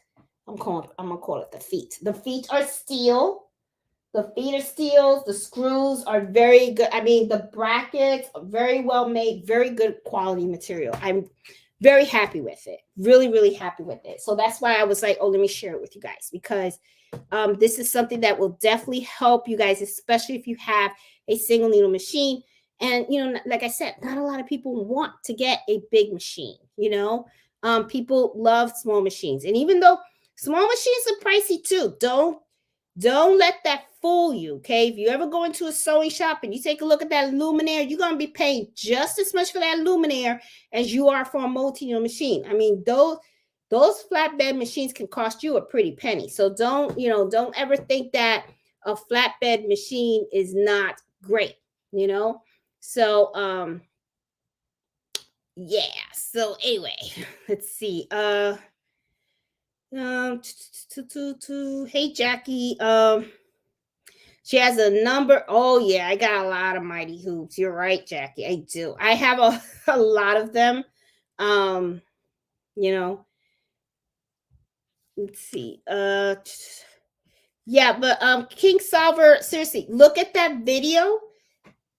I show you step by step how to use that. And that way it can help you determine if it's something that you want to invest in and or not. It really does. Because I believe I did 3 shirts hooping. I did the onesie, I did a kid shirt, and I did an adult shirt. So it shows you exactly how to do that. Because to me, this is something that you would invest in if you want to you want to do logos for shirts, which a lot of times people ask for when they do embroidery is they want logos on polos, jackets, and stuff like that. So if you're going to be doing embroidery for that, then I would say take a look at that. Take a look, because you may want to do that. You may want to invest in a hooping station. I think I got hair in my eye or something. Let's see. Robin says, good points on pricing and customers. Yeah, I don't play around. I just don't. I don't play around with the price. I'm telling you guys, don't do that. Don't it's not that it's not that you shouldn't be flexible. I'm not saying that. I'm not saying don't be flexible, but what I'm saying is don't be flexible to the point where at the end of the order you got taken advantage of. That's what I'm saying. Okay. It's not a good thing. First of all, it's not a good feeling. Okay. And that's really not how you should be running a business. And this is another thing that you guys need to think about too. People talk. People talk. I'm telling you, they talk. Well, first of all, you're watching me and I'm a talker. Okay. So anyway, people will talk, because what this was happen. If they come out and let's say a lady comes to you or a guy, right? And they come out and they say, hey, I want to get 10 polo shirts embroidered and I need a logo, right? And the logo is pretty dense. And let's say it's 30,000 stitches. And you come out, and say, all right, well, I think a fair price would be, I'm going to charge $30 a shirt. Because you already know that it's going to take about an hour for you to embroider the shirt, okay? And then all the thread and all the details. And you can already see that you need 60 weight thread, you need 40 weight thread, you need a 65 9 needle, you need 75 11 needle. You need to double up the stabilizer. You already know all that stuff. And then you go, okay. Well, they're getting 10 shirts. So for, I'll do $30 a shirt. Okay. So that's $300. All right. So they come out and they say, oh, no, I'll give you $250. So then you're like, okay, so $25 a shirt. All right, fine.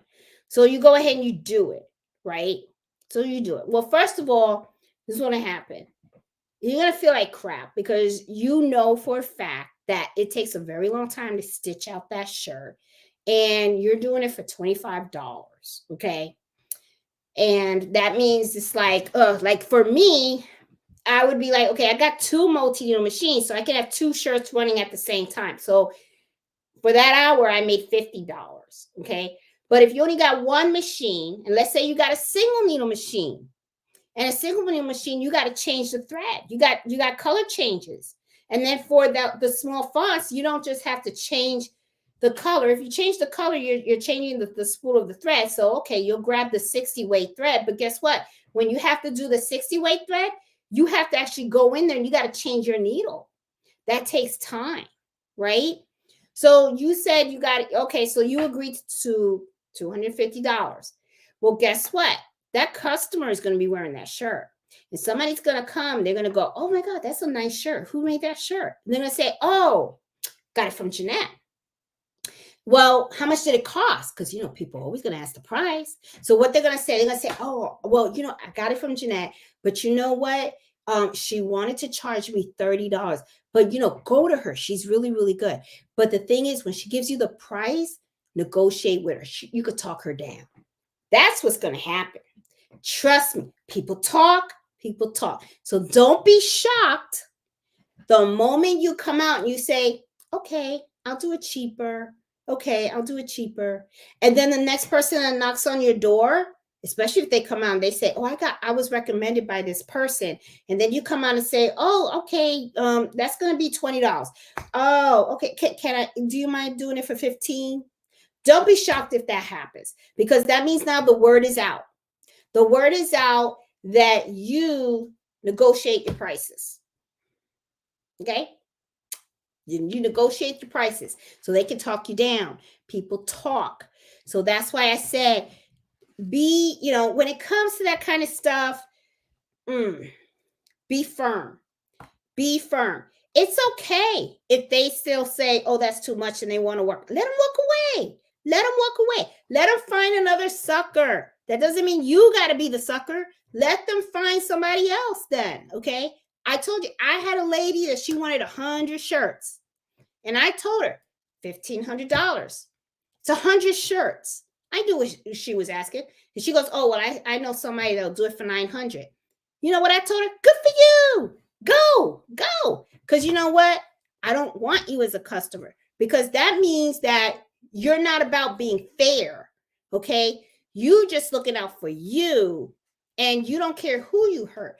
But if that person, whoever it is, and you don't know if they're lying, she could have been lying, right, Mello? Oh, he's doing his cameo. You want to say hi, Mello? Where are you? Hey, boo-boo. Want to say hi to everybody? See, and this is the thing. This guy right here won't let me give discounts. Right, boo-boo? Because you need your bones. Yeah, he wants his bones. So we don't do discounts, do we? Absolutely not.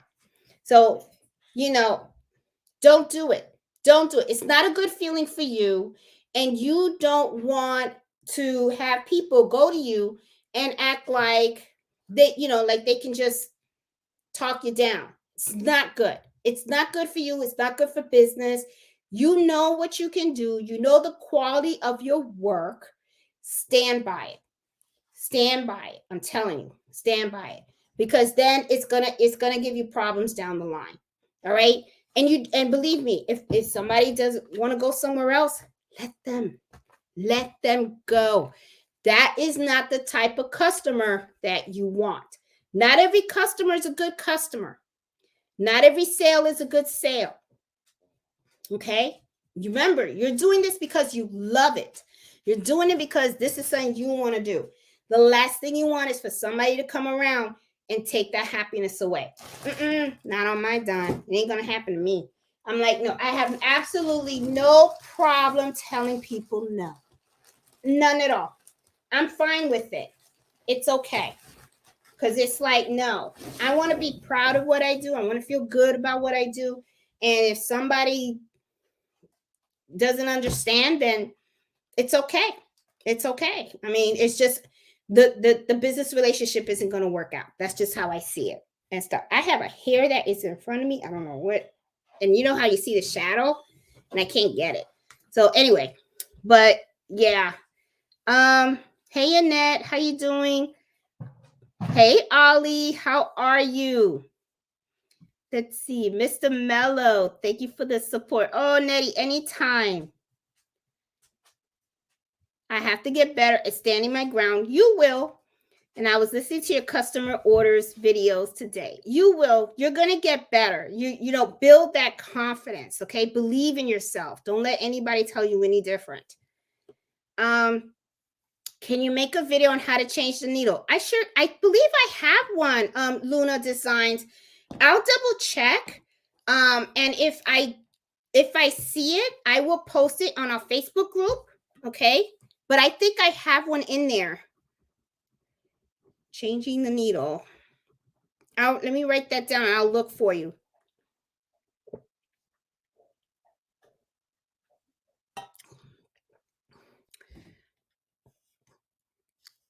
Let's see. Robin says, I've gotten compliments, but nobody asked about the business, because you got to talk about it. Talk about it. And say, oh yeah, I do this all the time. I love it.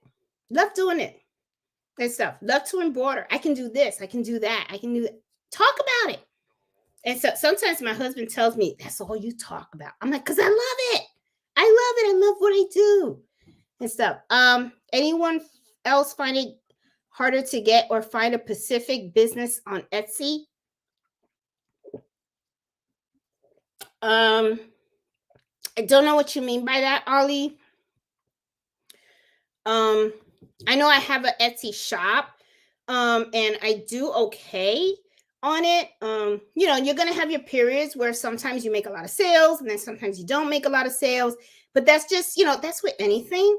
Um, my recommendation when you have an Etsy shop is you have to find out what your niche is, okay? And you got to perfect it, and you need to make sure that whatever it is that you want to do, you want to make sure that you're unique. You have to, look at your competition, but also ask yourself, how is your product going to be different from others? Okay, like, for instance, is the quality going to be better? Are your designs going to be very unique? Are you, think about what audience you're trying to cater to? Okay. One mistake that a lot of people do is they try to just go through everything, right? They make stuff for kids, for home, for this, for that. You need to focus on one thing that you really, really love doing, and then try to expand on that. Once you excel in one kind of an area or a niche, that is when it's a good opportunity to start to branch out little by little. But it's not recommended for you to just go ahead and branch out all over the place, because what ends up happening is you're not working on your expertise in that one certain area, right? So, it's really important that you kind of like figure out what it is that you really want to focus on, what type of audience you want to target, how because that's going to help you on how you're going to advertise, how you're going to create your designs, how you're going to make your item unique from those that are also targeting the same audience that you are. Okay. So, and also, don't just think of Etsy as the only place to sell either. It's really not. Sell locally, advertise yourself on Facebook Marketplace, go sell on eBay. There's Amazon Homemade. Okay, I don't like them sometimes though, because the shipping can get kind of funky, so I never really like tried the Amazon, because I looked at their rules and I was kind of like, oh, I don't know if I'm gonna do that. Maybe I'll do that later on when I'm retired. But right now I'm still working. So because I'm working, it's really hard. So it's like it's like I get up 6 o'clock in the morning, I start working, I don't get off till like 3:30. So I can't really do much embroidery or anything until after I get off work and I get home. And then that's when I can turn on the machines and work. So right now, just having my shop in one area works out. But in 3 years, when I retire, I'll probably end up opening more than one shop, and I'll probably do Etsy. I'll do the eBay. Well, Etsy I have right now, but I'll probably do the eBay, and then I'll probably do Amazon Homemade, and maybe I'll even do a Shopify. I'm not sure yet. Okay, but yeah, just don't limit yourself. Don't think that Etsy is the only thing. There's a lot of other sites out there that sell handmade products where you can also advertise your stuff as well. So look at different avenues and stuff like that. Okay.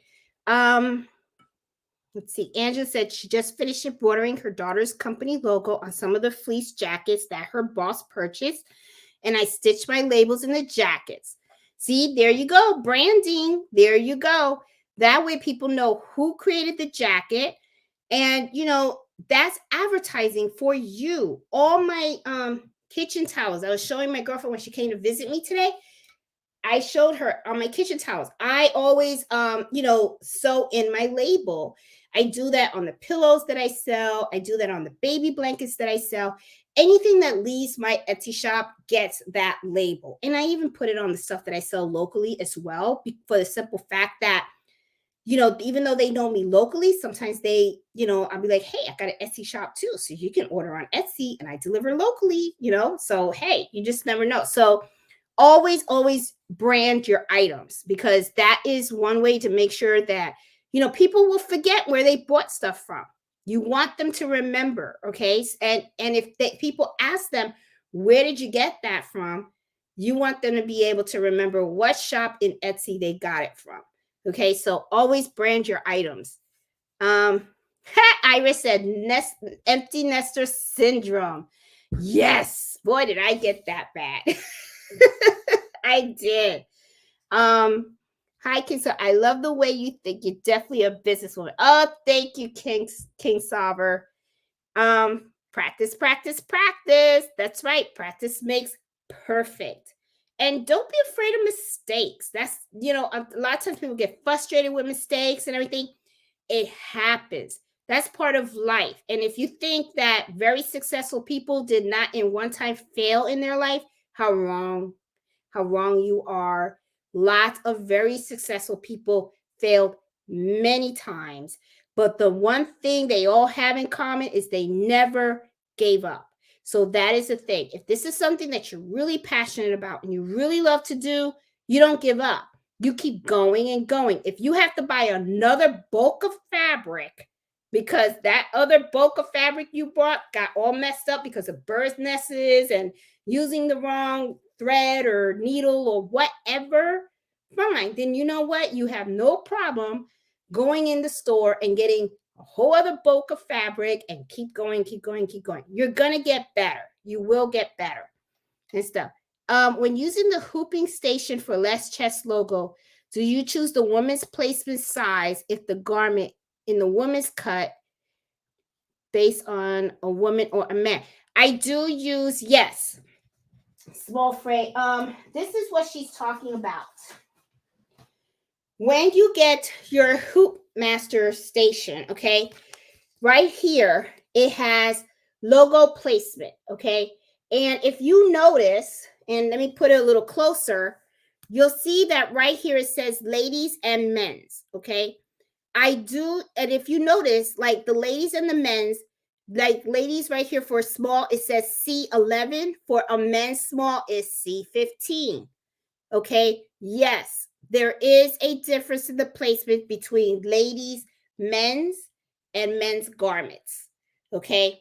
And you got to remember, there's a reason why there's a difference in the placement. Okay. Men's chests and women's chests, not the same. Okay. Women got bumps, men don't. Okay. So the chest logo is going to be placed in a different area. Okay. So, yes, small fry, you do not want to do that, the same placement for men or women. Okay. You want to put it in a different place because it's going to look funny on the, on whichever. Okay. Like let's say for a men's, it's a 15. You got to remember, men are built different. Okay, they're built different here and they're built different here. Okay, so it's like men are wider and we're wider. Okay, so I'm just saying. So just know that. Okay, so yeah. Hey, Lady Fair, how you doing?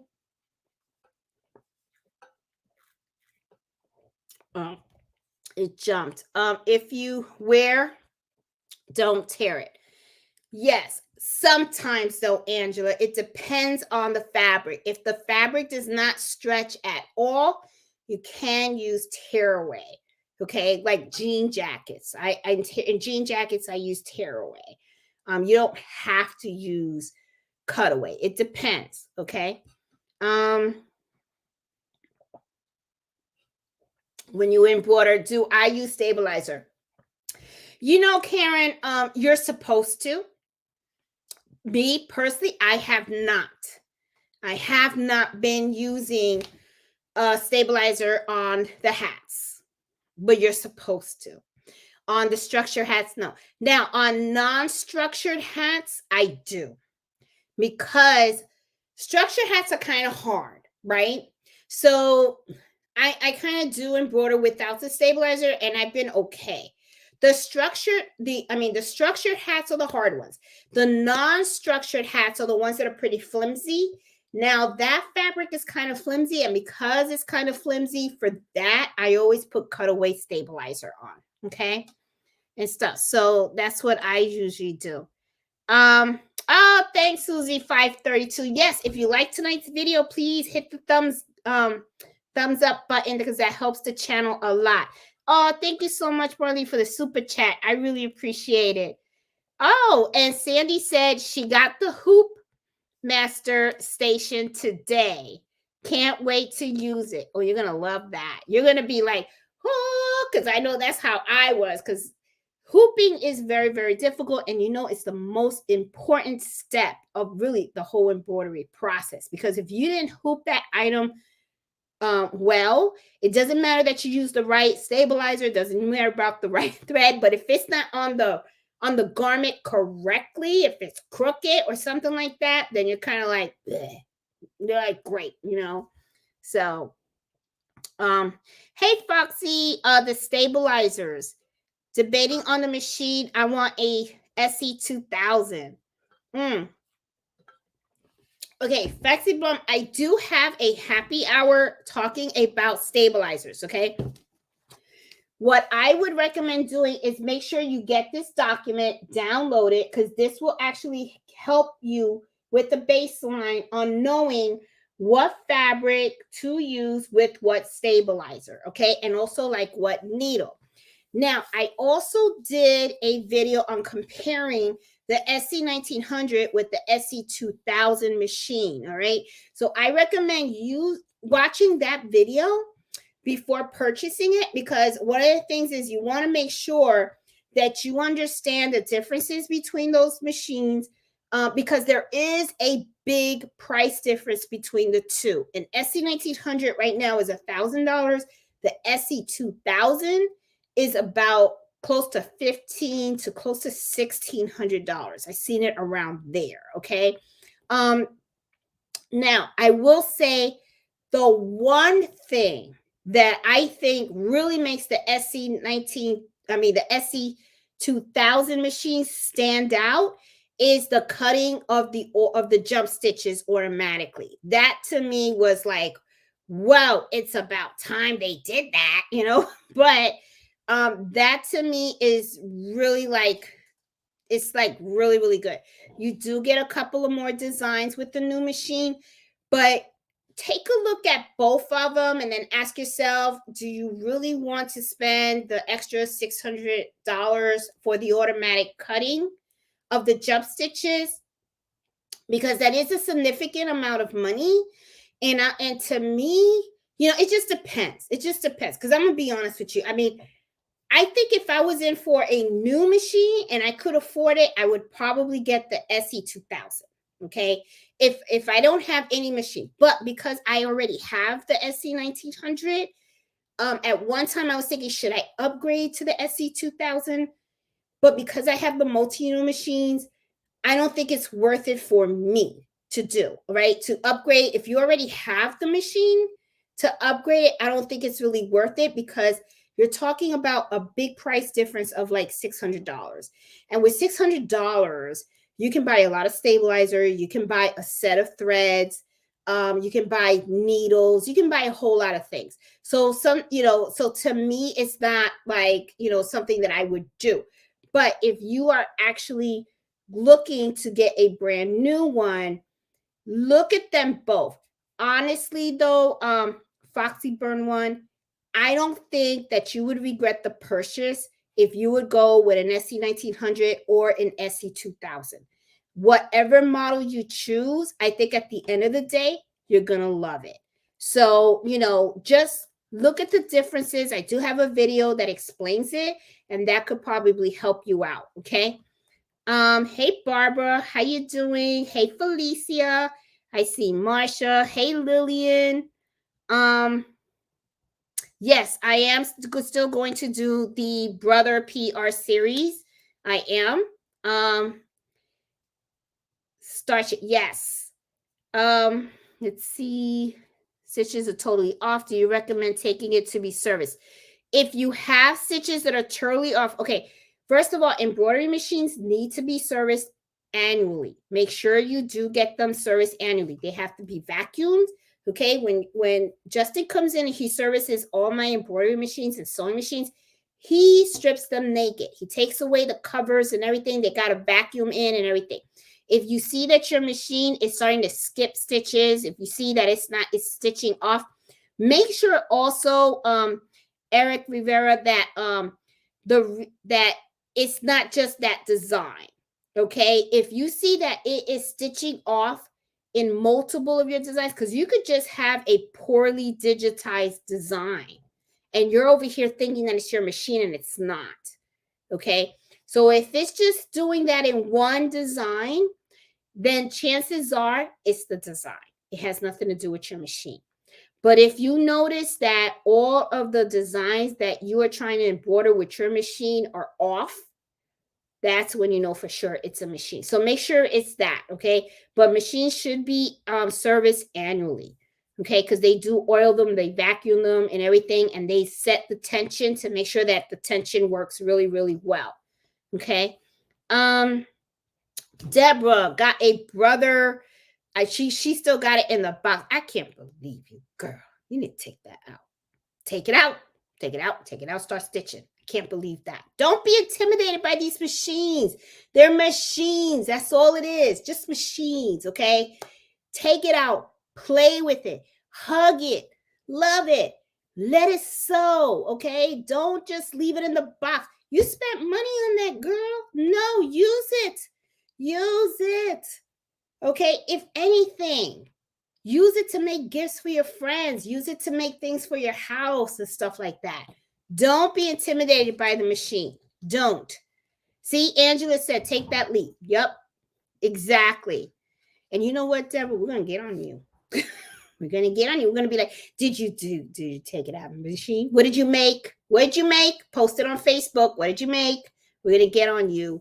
So don't be afraid of the machine. You're going to love it. Trust me. You're going to really, really love it. Oh, you're welcome, Linas Cosas. Hey, Mary. How you doing? Do you keep the basic colors in a 60 weight thread? Yes. When it comes to the 60 weight threads, this is the thing. Always get like the colors that you see a lot of people use the fonts with. Always keep those handy, okay? Just buy one spool and get the colors that usually you'll see small letterings in is usually in black, white, and gray. Now, I am going to tell you something though, Linas Cosas. As you can see, this is my bag of 60 weight threads, okay?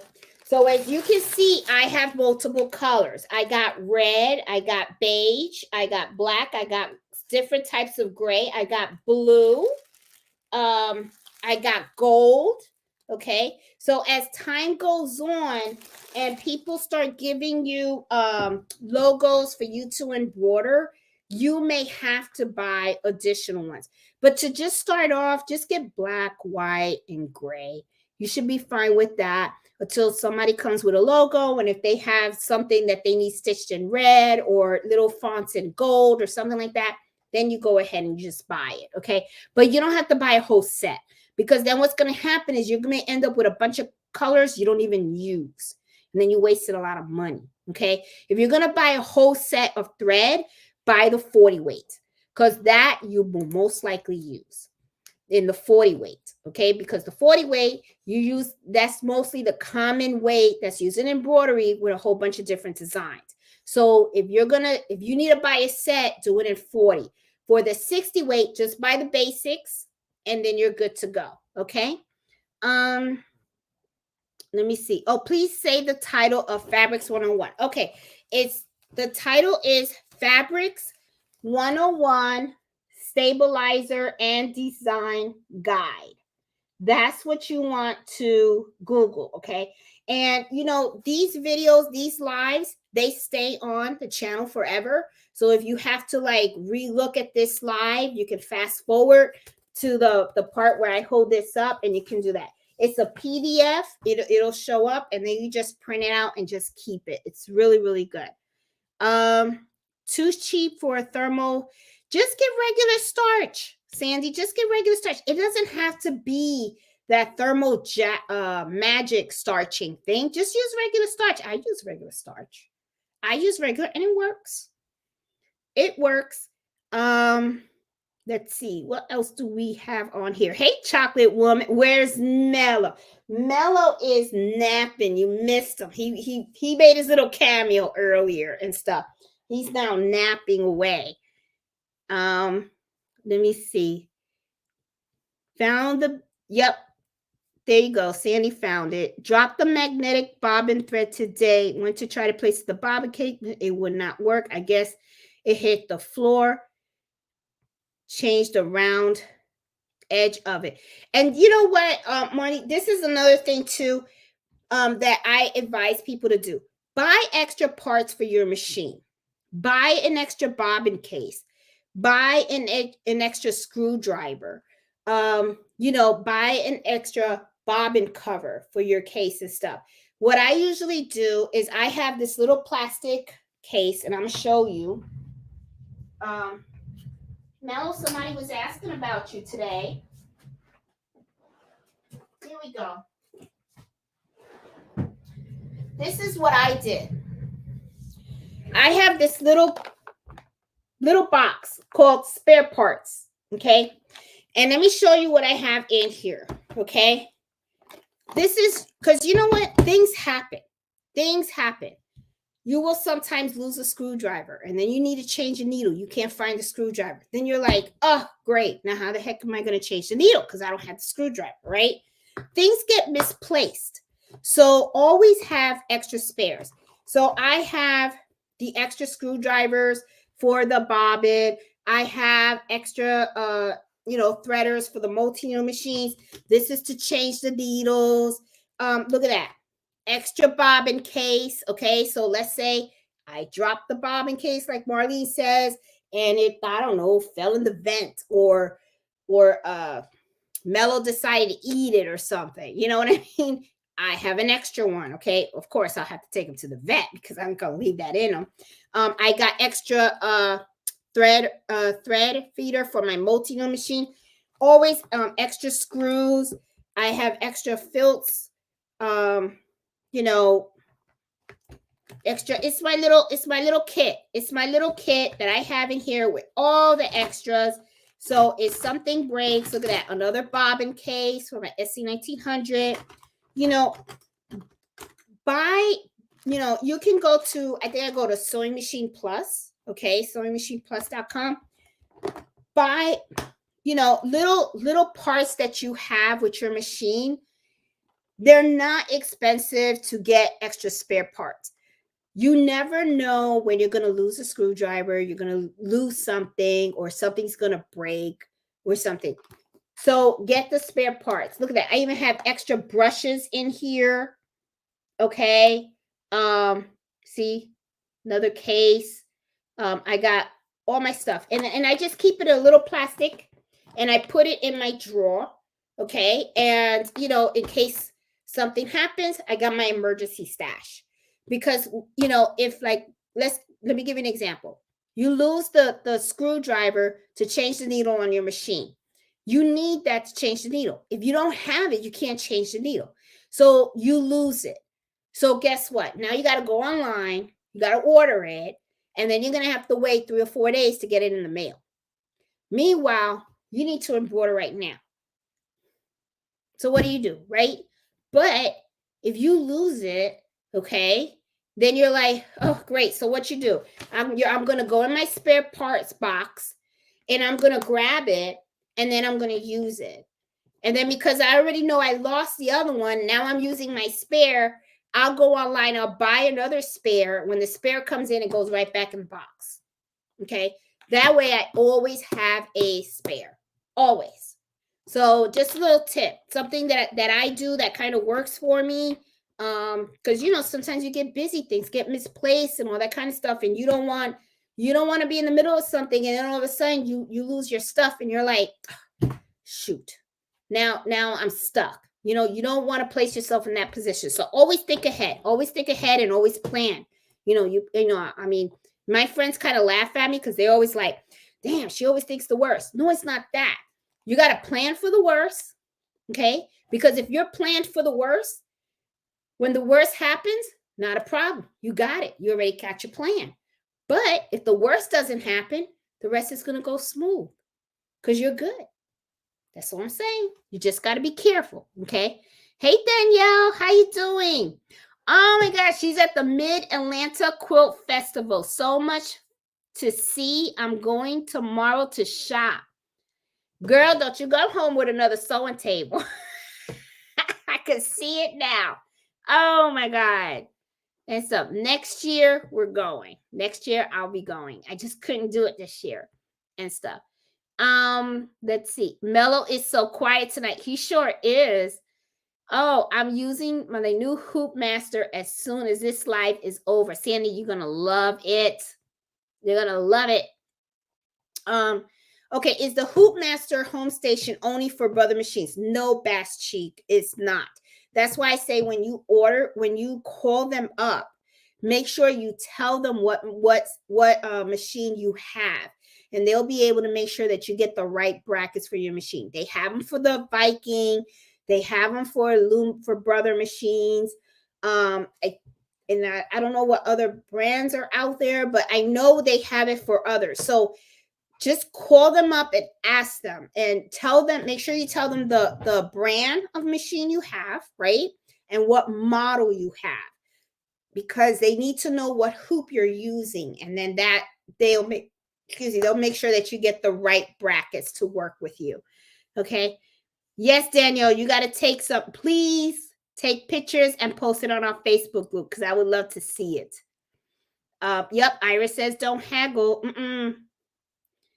Yeah, don't do it, because then next thing you know, they're gonna mess you up.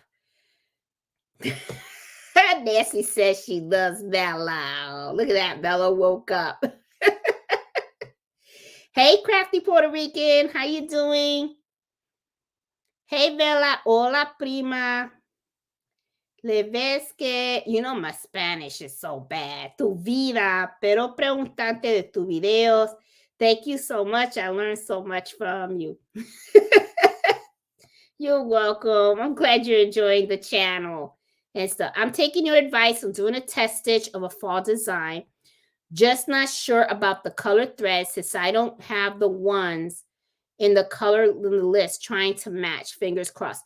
And Margie, I'm going to tell you something. One thing about embroidery also is, remember, it's about uniqueness. So just because you see an embroidery design and they recommend certain colors, that doesn't mean those are the colors you have to use. You can make designs your own, okay? So don't get oh my God, it's got to be that color. No, it doesn't. It doesn't have to be that color. It's a design, and you can change up those colors however you want, okay? Hey, Ozzy, how you doing? Do you copyright your designs? I do some of them, yes. I do have copyright on some of my designs. Hey, Ozzy, how are you? You made me laugh so much. Oh my God, girl. Do you still have free shipping discount on the hoop? Yes, Simone. If you call them up, tell them on my video, on the video description, I do have the code, okay, where it says, I think it's Boricua Sewing, something like that. But they will offer you free shipping on that, okay? Let's see. What is an ideal digitizing software to use for the SC1900 for beginners? Okay. All right. So when it comes to software, me personally, I use Embrilliance. The reason why I use Embrilliance is because I have a Mac. I'm a Mac girl. I love my Apple products. Okay. However, though, there are other embroidery software out there. Okay. There are things such as Sew What Pro. Some people use Hatch and all that kind of stuff. What I recommend you do is take a look at each of these embroidery software and see which ones you find are easier to use. Not all of them work the same way. Okay, so what's important is that you understand the software, because you don't want to buy software and then you can't use it because you don't understand how to make the most of it. Okay, you don't want to waste your money like that. So what I would recommend doing is reach out to the software companies, I use Embrilliance. I do have an affiliated link on the video description below. They also have a free version. And what I recommend you do is go ahead and download the free version of Embrilliance. See how you like it. See if it, they have a Windows version and a Mac version. Okay. See how you like it. If you understand it, look up videos on the software. See if there's a lot of instructional, yeah, I don't know my Spanglish. A lot of tutorial videos on how to actually use these software. So that way you can see how they work and you can see which ones you understand. Okay. Now, embroidery software can get expensive. So that's why I recommend you do your homework up front. So that way you know what you're buying. You don't want to buy something you don't understand and then can't use. You don't want to waste your money like that. Okay. So, Puff 13, that is what I recommend that you do. Okay. Please make sure before you hire servicing that he includes the services, Jeanette. Yes. Yes. When you are hiring, and I'm going to highlight that, Miss Max, because that is a very good thing. When you are talking to someone who you are hiring to service your machines, make sure you understand what they're doing. Okay. Make sure that they come with references too. Okay. The person that I use, a lot of people that watch my channel also use them as well. Those that live around my area. I use Justin Lucas. He's very, very good. But the thing is, you want to make sure that you understand exactly what they are doing. They should be able to strip your machine naked to the bone. Okay. Everything's off. All clothes are off. All you see are the wires. They should be able to go in there and vacuuming it really good, because even though you might be going in there with the brush and cleaning out that lint, there is still lint that sometimes gets embedded in the back of the machine. So they need to clean that out.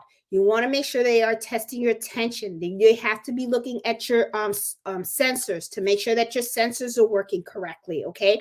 You're not getting any wiper errors. You want to make sure that they are oiling the machine, including the SC1900. Even though you personally are not oiling the single needle machine, those machines need to get oiled too. The thing is, the manufacturer is assuming that you are servicing your machine. So when you go and you take that machine to get serviced, they're looking at all the moving parts of that machine to make sure that it's all working the way it's supposed to. And they go ahead and they oil it where it's supposed to be oiled. Okay. That way, when it comes home, okay, you are getting a machine that works like it just came out of the box, brand new. Okay. Now, there are some places where they do the service maintenance in the shop where you have to actually take the machine and you have to deliver it to the shop, and then they run the servicing and then you pick it up.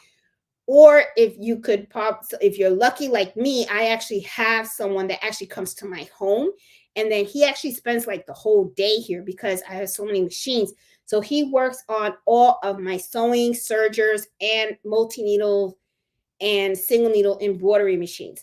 So you want to make sure that you are hiring someone that is very, very knowledgeable, very experienced, and knows what they're doing. And they know how to work with these machines.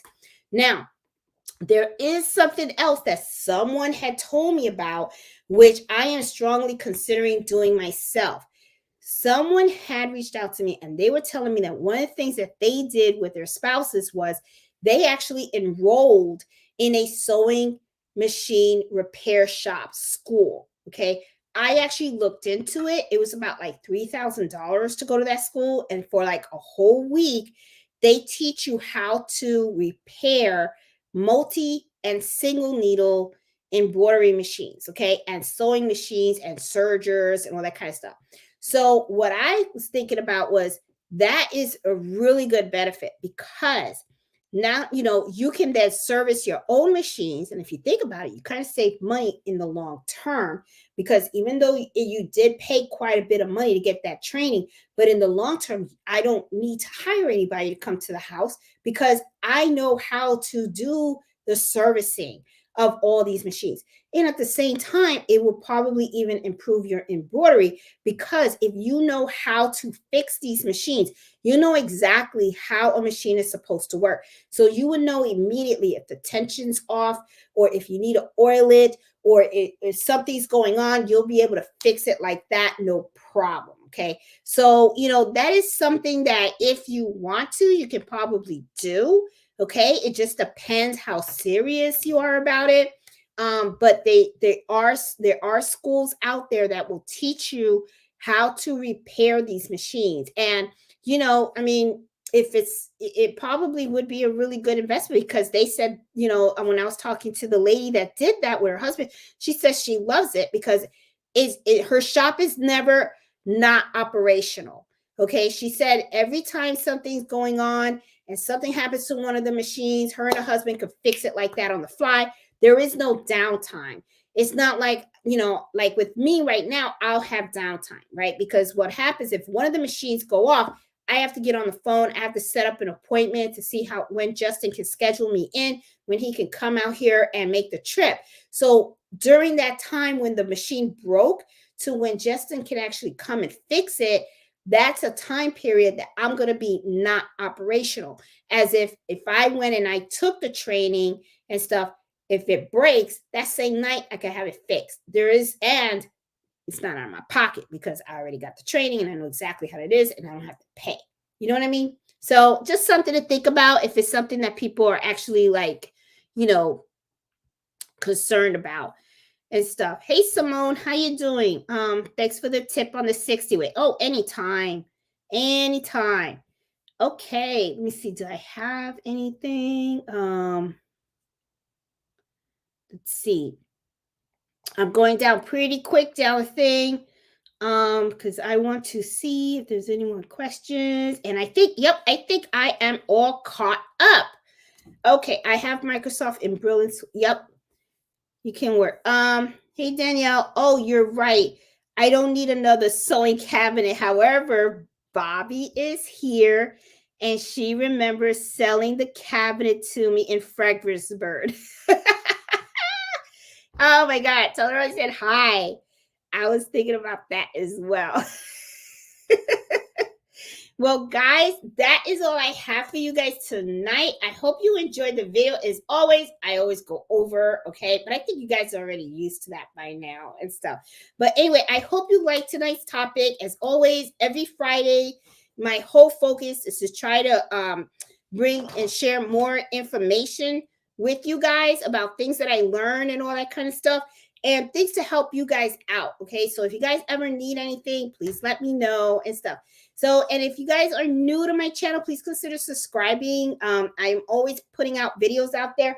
I am going to be filming tomorrow on how to embroider shoulder pads. And what I mean by shoulder pads is I found, oops, sorry. Oh my God, that was kind of loud. Sorry, Mello. That wasn't you. That was me.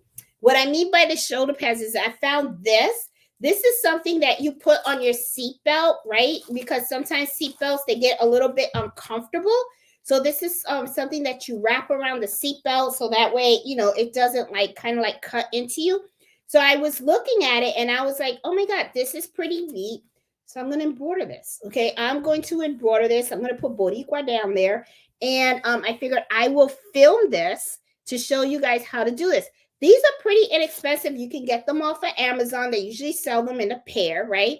So I figured this is fun, and it's something that you can probably embroider, make it your own, and then you can use it in your car and stuff. So I'm going to film this tomorrow, and I am going to start on the Brother PR60 series instructional videos tomorrow as well. What I'm going to do is I'm going to do working on your first project on the PR machines. That way, for those that have gotten the new multi-needle machines, and I'm going to talk a little bit about the screens. We're going to go through the screens and what each screen means and what each button means and stuff like that. And we'll work on a project together. So I am hoping to get that done this weekend, and I should definitely have it on the channel by Monday and stuff, because I know Lillian is going to kill me because she's got her brother's machine, and there are a lot of questions out there on that. And I really want to not just I want to be able to teach everybody. If you have the single needle machine and also the multi needle machine. I see she just texted me. Thank you. Can't wait. Maybe I'll put her on the video with me. Now let me stop. I won't put Lillian on the spot like that. But anyway, I know she's dying because there is a lot of questions on the machine. You know what I'm saying? It can be simple, but at the same time, there's a lot of functionality of that machine. And at the same time, I'm kind of glad that she's being really pushy about it, because sometimes what happens is when you work with a machine and you just work with the functions that that's all you focus on. And there's a lot more things on this machine that I bet you I haven't even touched on. So that's the perfect opportunity for all of us to learn together on each of these buttons. So I'm going to just go for it. I'm going to press these buttons and I'm going to be like, okay, what does this one do? Let's find out together. And, we're going to try to really take advantage of all the functionality that these machines have to offer. So guys, as always, I love spending Fridays with you guys. And thank you so much for all the support. I really do appreciate it and stuff. The channel has been growing. We are over 11,000 right now. And I am hoping, I was thinking maybe by the end of the year, maybe hit 15,000 or 20. I don't know. We'll see. But I don't, the way I look at it, if I just help one person out there, then I'm good. I'm pretty happy about that. Okay. So I will see you guys next Friday, and I will be posting more videos during the week, on embroidery, on how I do things and stuff like that. So, and if you guys have questions or you need me to do some kind of video, I know someone kept posting comments in some of my videos about how to use the pressure foot on the sewing machine. I think I'll do a quick video on that, because not everybody knows everything about the machine, so you can't always assume that everything is simple to everybody, right? So the person did ask about it about like 3 or 4 times. So even if it helps that one person, I'm okay with that. So I will definitely be doing the one with the pressure foot. I am going to do this, and I am going to do the beginners in the multi needle. So I got 3 videos that I got to pump out this weekend. So I'm going to be working a lot. Okay. So anyway, guys, like I said, thank you so much for spending this evening with me. Love you guys all. Please be safe. Enjoy your weekend, and happy sewing and happy embroidery. So I will talk to you guys later. Okay. You guys take care. Bye.